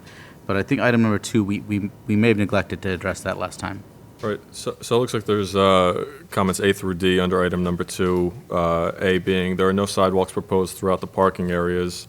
Additional means of facilitating pedestrian circulation should be provided. We did end up making revisions to the sidewalks kind of from the Outback Steakhouse, heading down towards the parking area, which we believe will facilitate pedestrians walking towards the restaurant, having a place to get into the sidewalk circulation and enter the restaurant. But as far as sidewalks through the parking area, it's not something that Right, you got a intending on. parking lot, so it's kind of hard to do that. Right. I get that. And one of the things that we covered and for the board's benefit, subsequent to our reviews being issued, we did have a meeting with the applicant before the last planning board meeting. We haven't met since the last planning board meeting, but just prior to the last planning board meeting, we met with the applicant to discuss our comments, and there were some changes proposed based off of that. It looks like you put the crosswalk in, you have the sidewalk coming through the parking lot. That's good. It benefits the circulation, the pedestrian circulation from one building to the other. One of the things that we had discussed was putting in a textured intersection at those two intersections coming off of the highways. So I think that's something that we'd like to see happen, where you have that textured crosswalk. Correct. As opposed to a textured crosswalk, we'd actually would like the intersection to be a textured intersection. It serves as a more of a visual, tactile kind of traffic calming, if you will. When you have people coming in off of the highways, they tend to slow down a little bit when they have a visual differentiation between the asphalt and the textured asphalt. And I don't think we'll have a problem working with you to come up And that would with be a at solution. both driveways. So coming in off of 9, immediately at that entrance, having probably a 30 by 30 visual, like raised textured asphalt, and then coming off of 34 at that first intersection, at the first intersection of each entrance aisle, basically. B, we had talked about sidewalks along the roads. It's a bit impractical to have sidewalks along the roads here, but one thing we did recommend is you have from Route 9, the DOT has accessible ramps and sidewalks stubbed in. It would be maybe beneficial to have a sidewalk extended from those onto your site at the very least. So we're not looking for sidewalks along all the roads, but basically connecting what you already have. Sure, and right, I guess along Route 9, that would be within the DOT right-of-way, and we'll submit to the DOT. Well, the way that it looks like it's laying out, based off of the exhibits you guys have submitted and your plans, is that you're probably going to have to come onto your site. We can go through that in a little bit more detail if you want, but it looks like you're going to have to come off of your site, off of the DOT, right onto your site within like 10 feet, and then just travel within your property to connect the sidewalk in. Okay, and we'll work with you again Yeah, on that. we can work that out. Sure. And C, again, is about frontage. They're just two different sections of the ordinance asking for pretty much the same thing. And then the D is basically asking for 12-foot wide sidewalks along the front of the commercial buildings. We don't have that at either one of these buildings. I guess really it's, we just need some testimony as to whether it's still functional the way that it's proposed and why you can't do 12 feet. Right, and I think both buildings have approximately 6 to 8 feet of sidewalk in front of each entrance. And I think with the retail building, if we made it any more than that, we would actually be intensifying the setback variances. And with 8 feet, it's still greater than the 6 feet required for head-on parking, and I believe provides enough width for safe pedestrian access to the building. Okay, and then in the Outback, for all intents and purposes, at the entrance, where most people will congregate, you do have that 12 feet. It is a larger, sidewalk area. It's just not in front of the parked areas. Okay, great. I think that covers those waivers.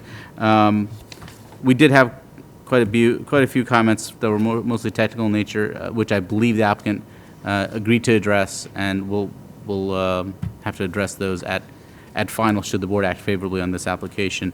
The most crucial of which is really the detailed staging plan on how the construction and demolition operation is going to work. So we'll be keen to really see that next time.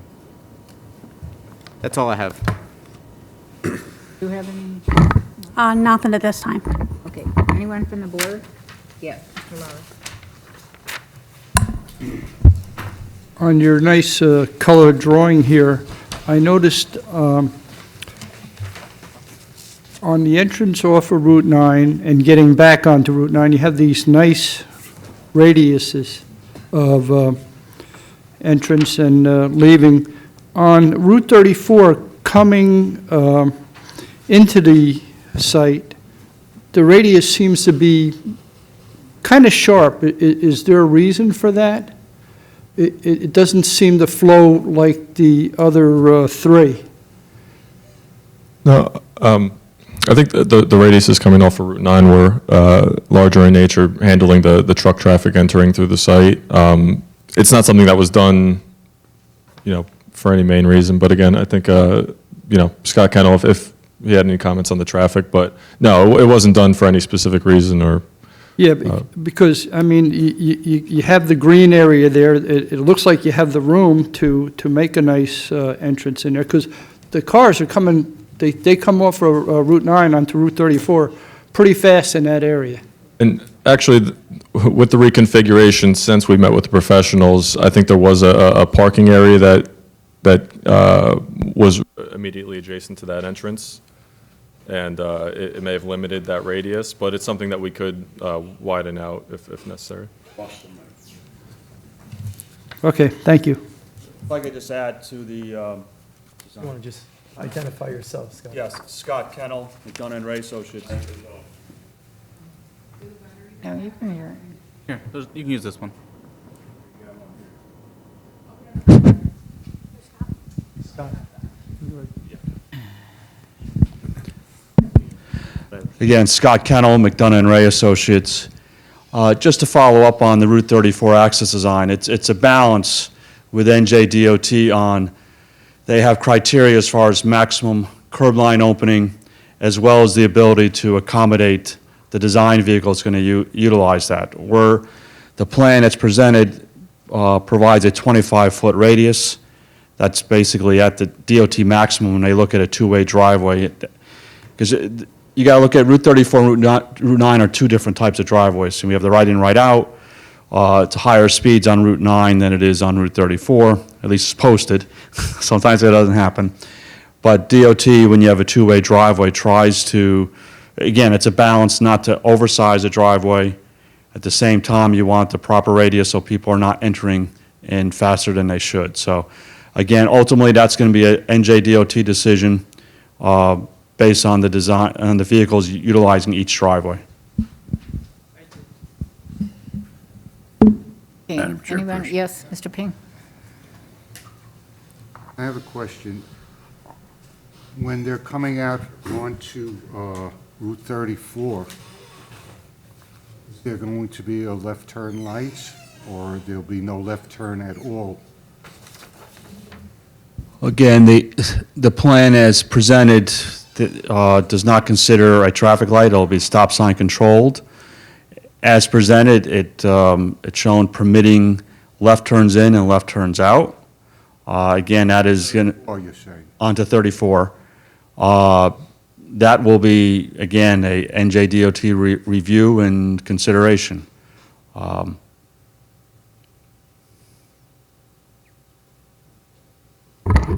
Excuse me, Scott, just curious, I know Mr. Shemanovitz made a comment that you guys will advocate for the no left turn on the Route 34. I'm just curious, through what method will you advocate? Sorry, just curious. Well, I mean, again, if that's how the board's suggesting, if we go that direction, then it would have to be a modification of the egress movement and have an island to encourage and enforce that left turn prohibition. Obviously, if we do prohibit left turns out of the site from 34, that movement can be accommodated with a right turn onto Route 9 to continue north.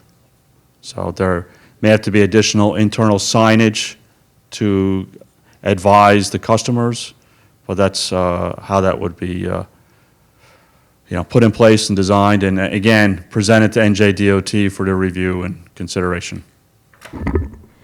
Yeah, Deanna Drum for the record. I mean, that's one of the considerations the board can consider during your deliberation regarding the Route 34 is, if you would like to request the applicant to submit that, and meaning no left turn on the Route 34, that, is a request you can make to them. If DOT ultimately has that decision, they could come back and say, no, we're going to permit it.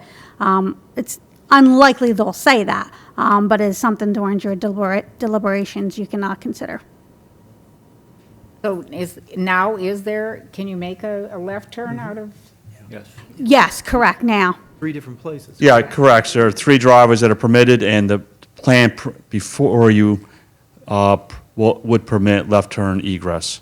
But again, that's the board's decision as far as if you act favorably and what we could present to NJDOT. It'd be subject to their review and approval.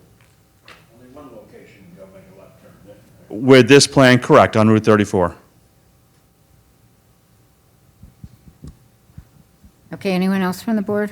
I have one Yes, question. Mr. Luker. I don't know if this has been addressed, if the textured strip that was mentioned earlier specifically addressed this, or if I have it in the wrong place.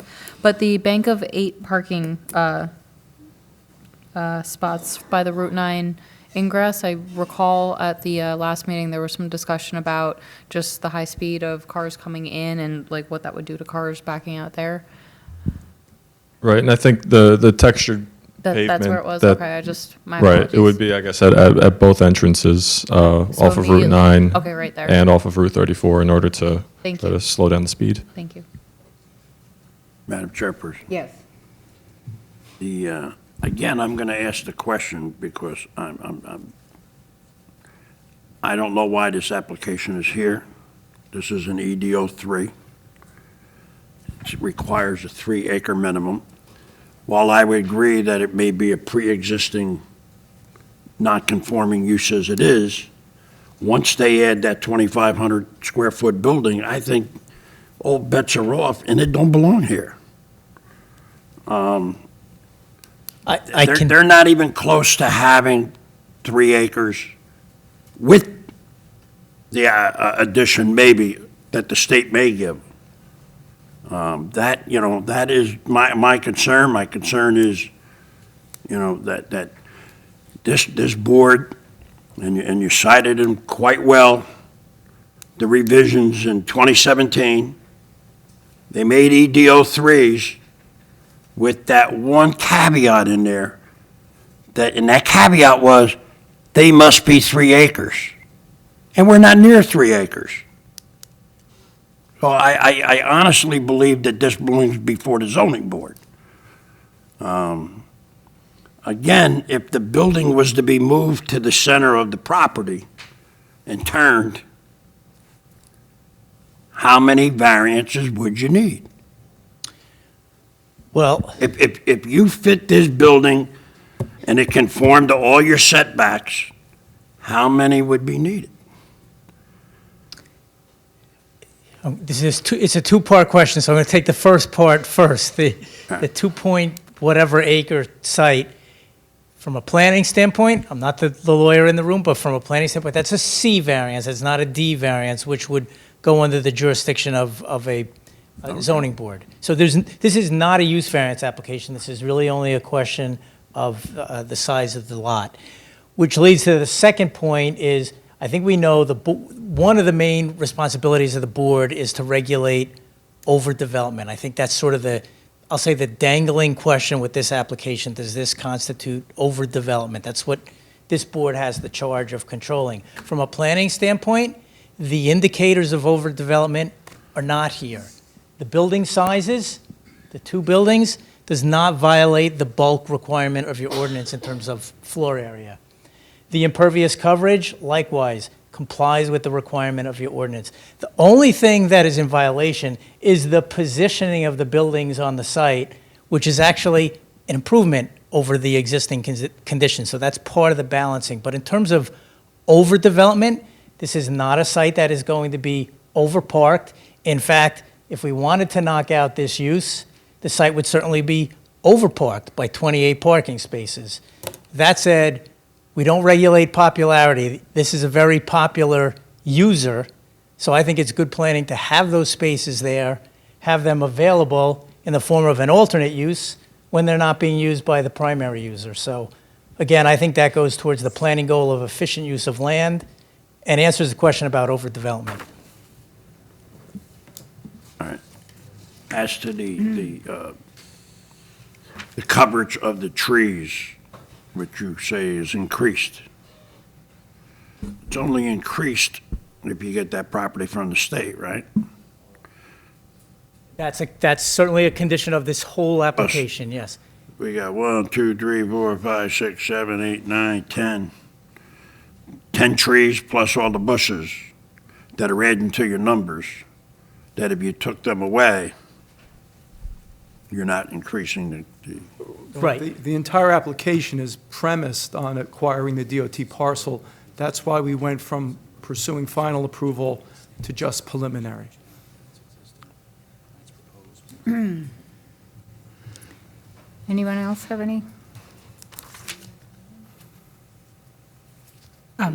Yeah.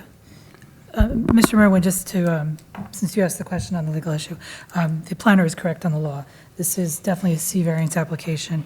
This is not something that the zoning board would have jurisdiction on, because it's for site plan, and it only requests C variances and waivers. Okay. So it's not a D, It's definitely, yeah, it's not a D.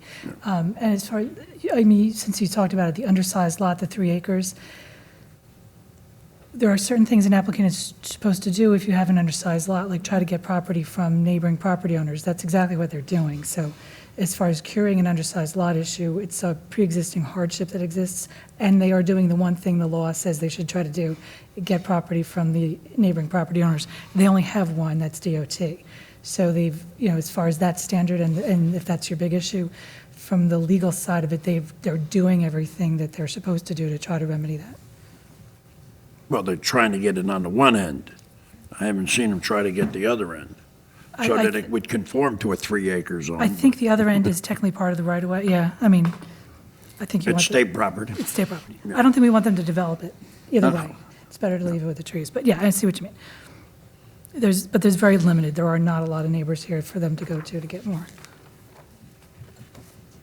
Okay, anybody else? I'd like to ask a question. Yes, sure. Madam President. What, you get approved tonight, what happens if you don't get the property from DOT? What's the next step? We're back to the drawing board. Okay, you come back to the board? Yeah. Okay. Literally, we'd have to redesign the site. It's all premised on having that extra land. Okay. So we're starting all over again. Okay, thank you. And the project may not work. Madam Chairperson. Yes. At the first meeting, we heard a lot of things about staging. I haven't heard any of that tonight.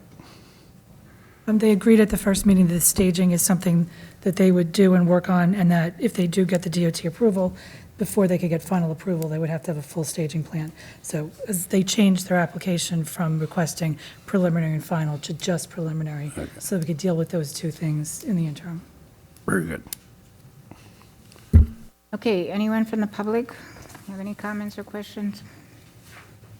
Seeing no hands, we'll close the public portion. Madam Chair, we do have one more witness, which will be extremely brief. I'd like to recall Jamie Butler, who already testified, but I promise you his testimony will be less than 3 minutes. Yeah. Maybe 1 minute. I don't see how fast he can do it. Better be good. That's right. You remain under oath. Thank you. I will be brief, and I'd like to start by thanking you for allowing us to continue from the last meeting so that we could put on a complete case and presentation for you. I'd like to just state a couple of things. I feel that we've put a real good plan forward for redevelopment of this property. We've been here, as I said, many years. We want to remain here. We don't want to look for another location and put this site on the market. That's not our intention at all. The comment was, the question was made, if we didn't get the land from the DOT, well, we would be back to the drawing board. And for the record, you know, we have done some preliminary plans for that situation. It's going to be very difficult to make this work without that DOT. That's why we're seeking preliminary. If we receive preliminary approval tonight, which I hope we will, we'll proceed on with DOT and then come back for final, and some of the details that we've talked about we'll clean up. I'd like to address the retail use. I will tell you that we operate over 1,000 restaurants, and in all locations where we're sharing parking with any other user, we're very staunch and very successful in getting restrictions on those uses. So if it's owned by another party that we might be buying from or renting from, we restrict the uses to protect our parking. We'll do the same thing here for ourselves, I can assure you. Nobody respects the parking for our dinner customer more than we do. Nobody wants to protect that more than we do. So the uses that have been mapped out by our planner tonight, who's done a fantastic job with that, those, I assure you, we will not build something or rent to somebody or allow somebody to use that space that will jeopardize our dinner parking. I'll state that for the record. We have this situation in many, many, many locations. Our flagship location, which is half mile from my home office in Tampa, Florida, it's the very same situation. We share that parking lot with a 6,000 square foot Charles Schwab investment bank, and there's no conflict in parking there. Their business is done by the time our dinner business starts, and that would be the same situation here. I can assure you for the record that will be the case. That said, that's really all I have to say. I appreciate your time, and I look forward to a good vote tonight. Thank you, Jim. Okay, thank you. Do the staff have any? The board have any? No. Okay. All right, do you want to go over the?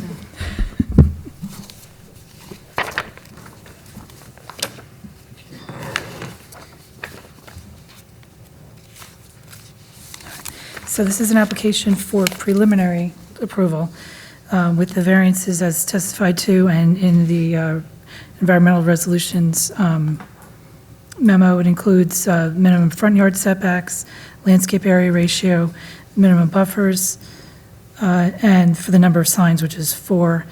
We also need waivers for right-of-way, minimum parking, landscaping, and maximum parking in the right-of-way in between islands. The applicant has agreed to several conditions, including no commuter parking on site, requesting that DOT provide for no left turns onto Route 34, a detailed phasing plan to be provided before and within any application for final approval, to merge the DOT parcel with Lot 1 before they apply for final approval, and all of the changes that were outlined and discussed this evening and last meeting in the planning, engineers, and traffic reports. And the very heartfelt testimony from the Outback representative that the parking will not, of the out parcel will not interfere with the evening parking peak for Outback. And I think at our planner's request, I think the condition should really state that a retail building should not require more than 28 parking spaces, or that they would need to come back to the board for further review. Okay. Do I have a motion? Move it. Okay, moved by Mr. Marucci. Is there a Second. second? A second. Seconded by Ms. Duca. Mr. Merwin? For preliminary, yes. Howard? Yes. Mr. Marucci? Yes. Mr. Schmidt? No. Mr. Lennon? Yes. Mr. Pink? Yes. Mr. Luca? Yes. Mr. Renner? Yes. Chairwoman Cannon? Yes. Good luck, and be strong with DOT. I mean, We I know will. you want their land, but they don't, 34 is such a mess, and if they allow, sanction a left-hand turn there, it's going to be not a good situation. Okay. They haven't figured out Morristown Road and Amboy Road for 52 years, so, There's been a left-hand turn lane out of there for years. Huh? There's been a left-hand turn lane out of there. How would you make a left-hand turn there? Don't jinx Terrible. You've done it? I don't see this really looking for it because It's you unreal. get out the other way on the 9. There is that one little offshoot. You get down 34 before you hit 9. There's that little offshoot. I don't know. I wouldn't dare come out of there and try to make a left turn. They don't let you make a left turn from Prime Road. Why would they let you make a left turn out of the that site? Doesn't make any sense. Okay, we have Shannon Leo. Hang on. Oh, I'm sorry, we have to wait for the transcript.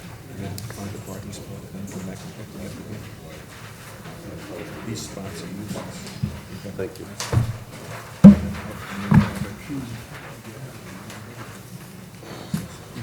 Where's your bug? The site distance. He's watching on TV right now. I know. How big is lot? It is. Yeah. We do it live, so you can do that.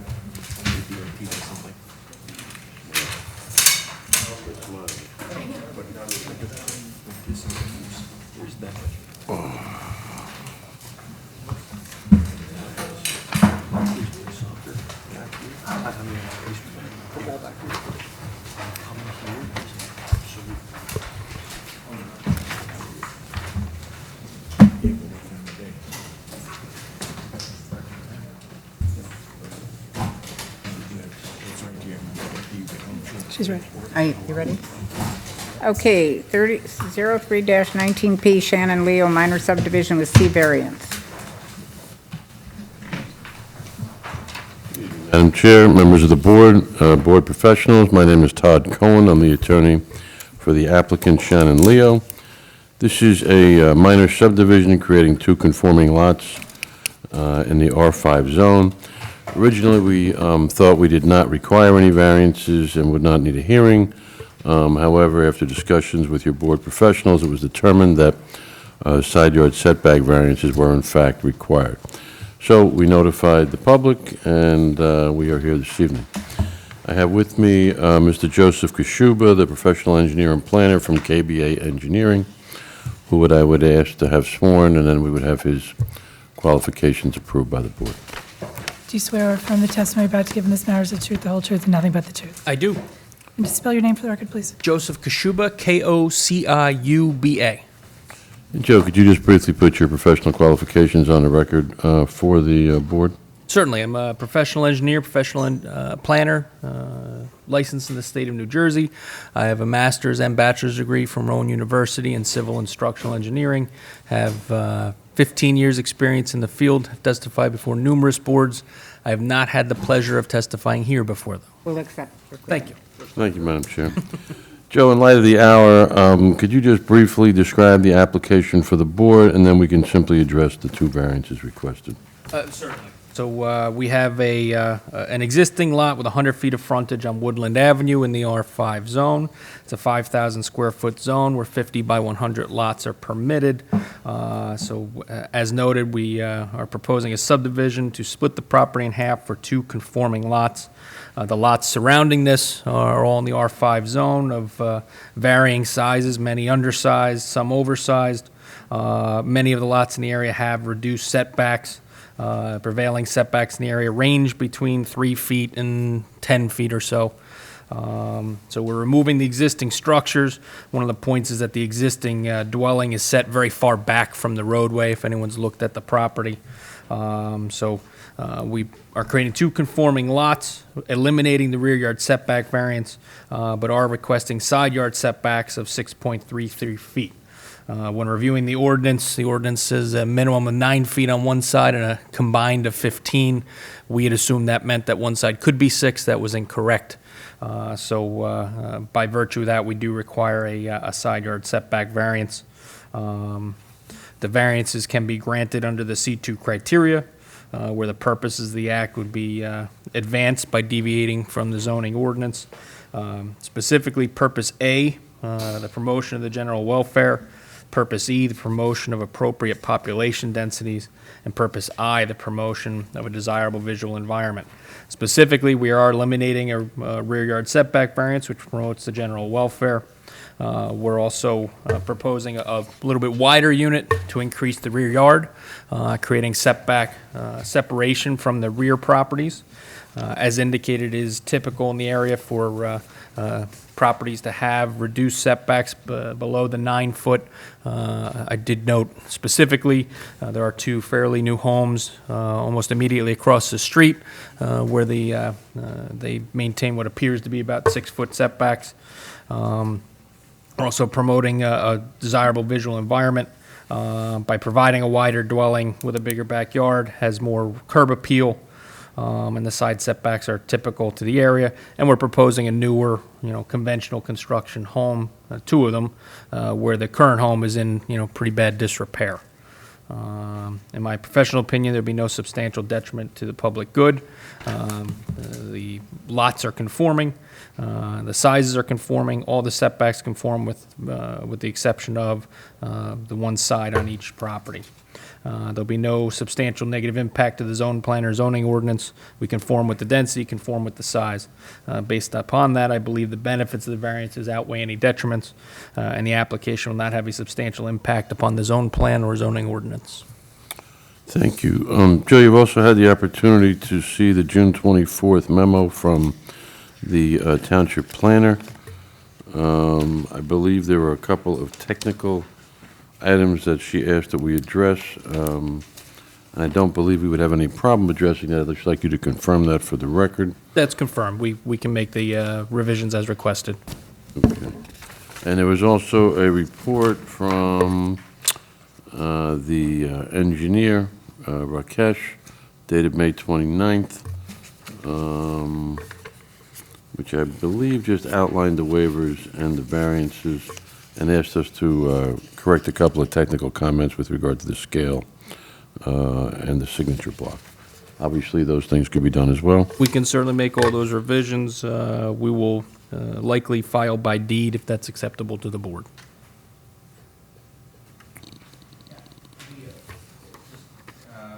As far as filing by deed, I have an objection to that. But we would ask that the signed subdivision plan also be submitted to the planning board secretary for our files. Certainly. Our packet didn't have a signed plan from the surveyor. That's the reason why. I see from Mrs. Savant's package here that there was a subdivision plan prepared by ClearPoint. Yes. But it's an unsigned subdivision, so we would need that for the record. Certainly. We'll provide a signed copy for the record. And then also, should the board act favorably at the time of plot plan, we would require you to submit the soils information for determining basement elevations and all that stuff. We would certainly do so, yes. Any other comments? I have nothing else. Dina? I just want to add that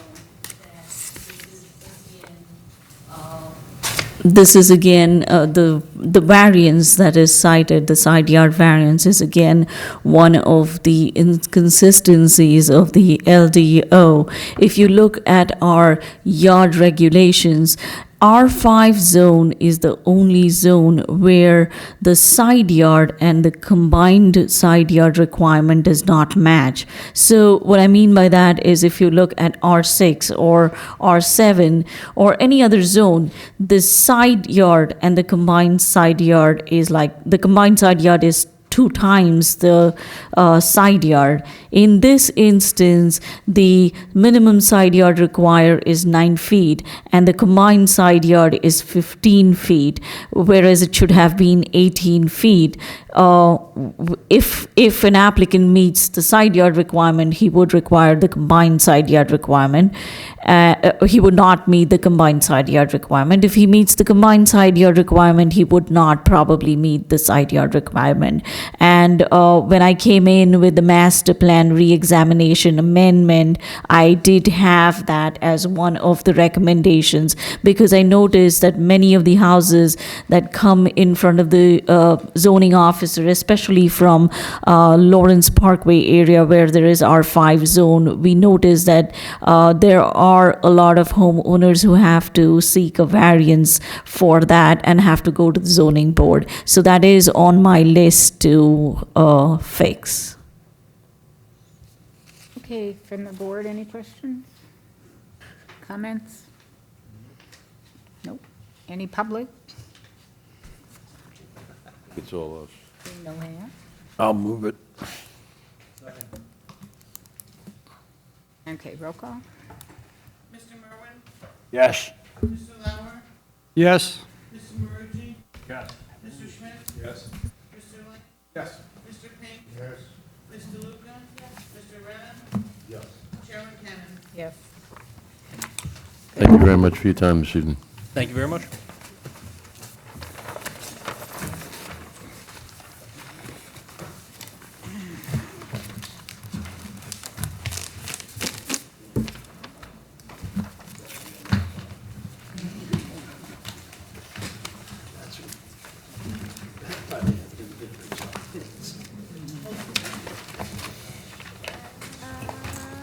Okay, is there any other business? Is there a motion to adjourn? I'll move it. Okay, all in favor? Aye. Okay.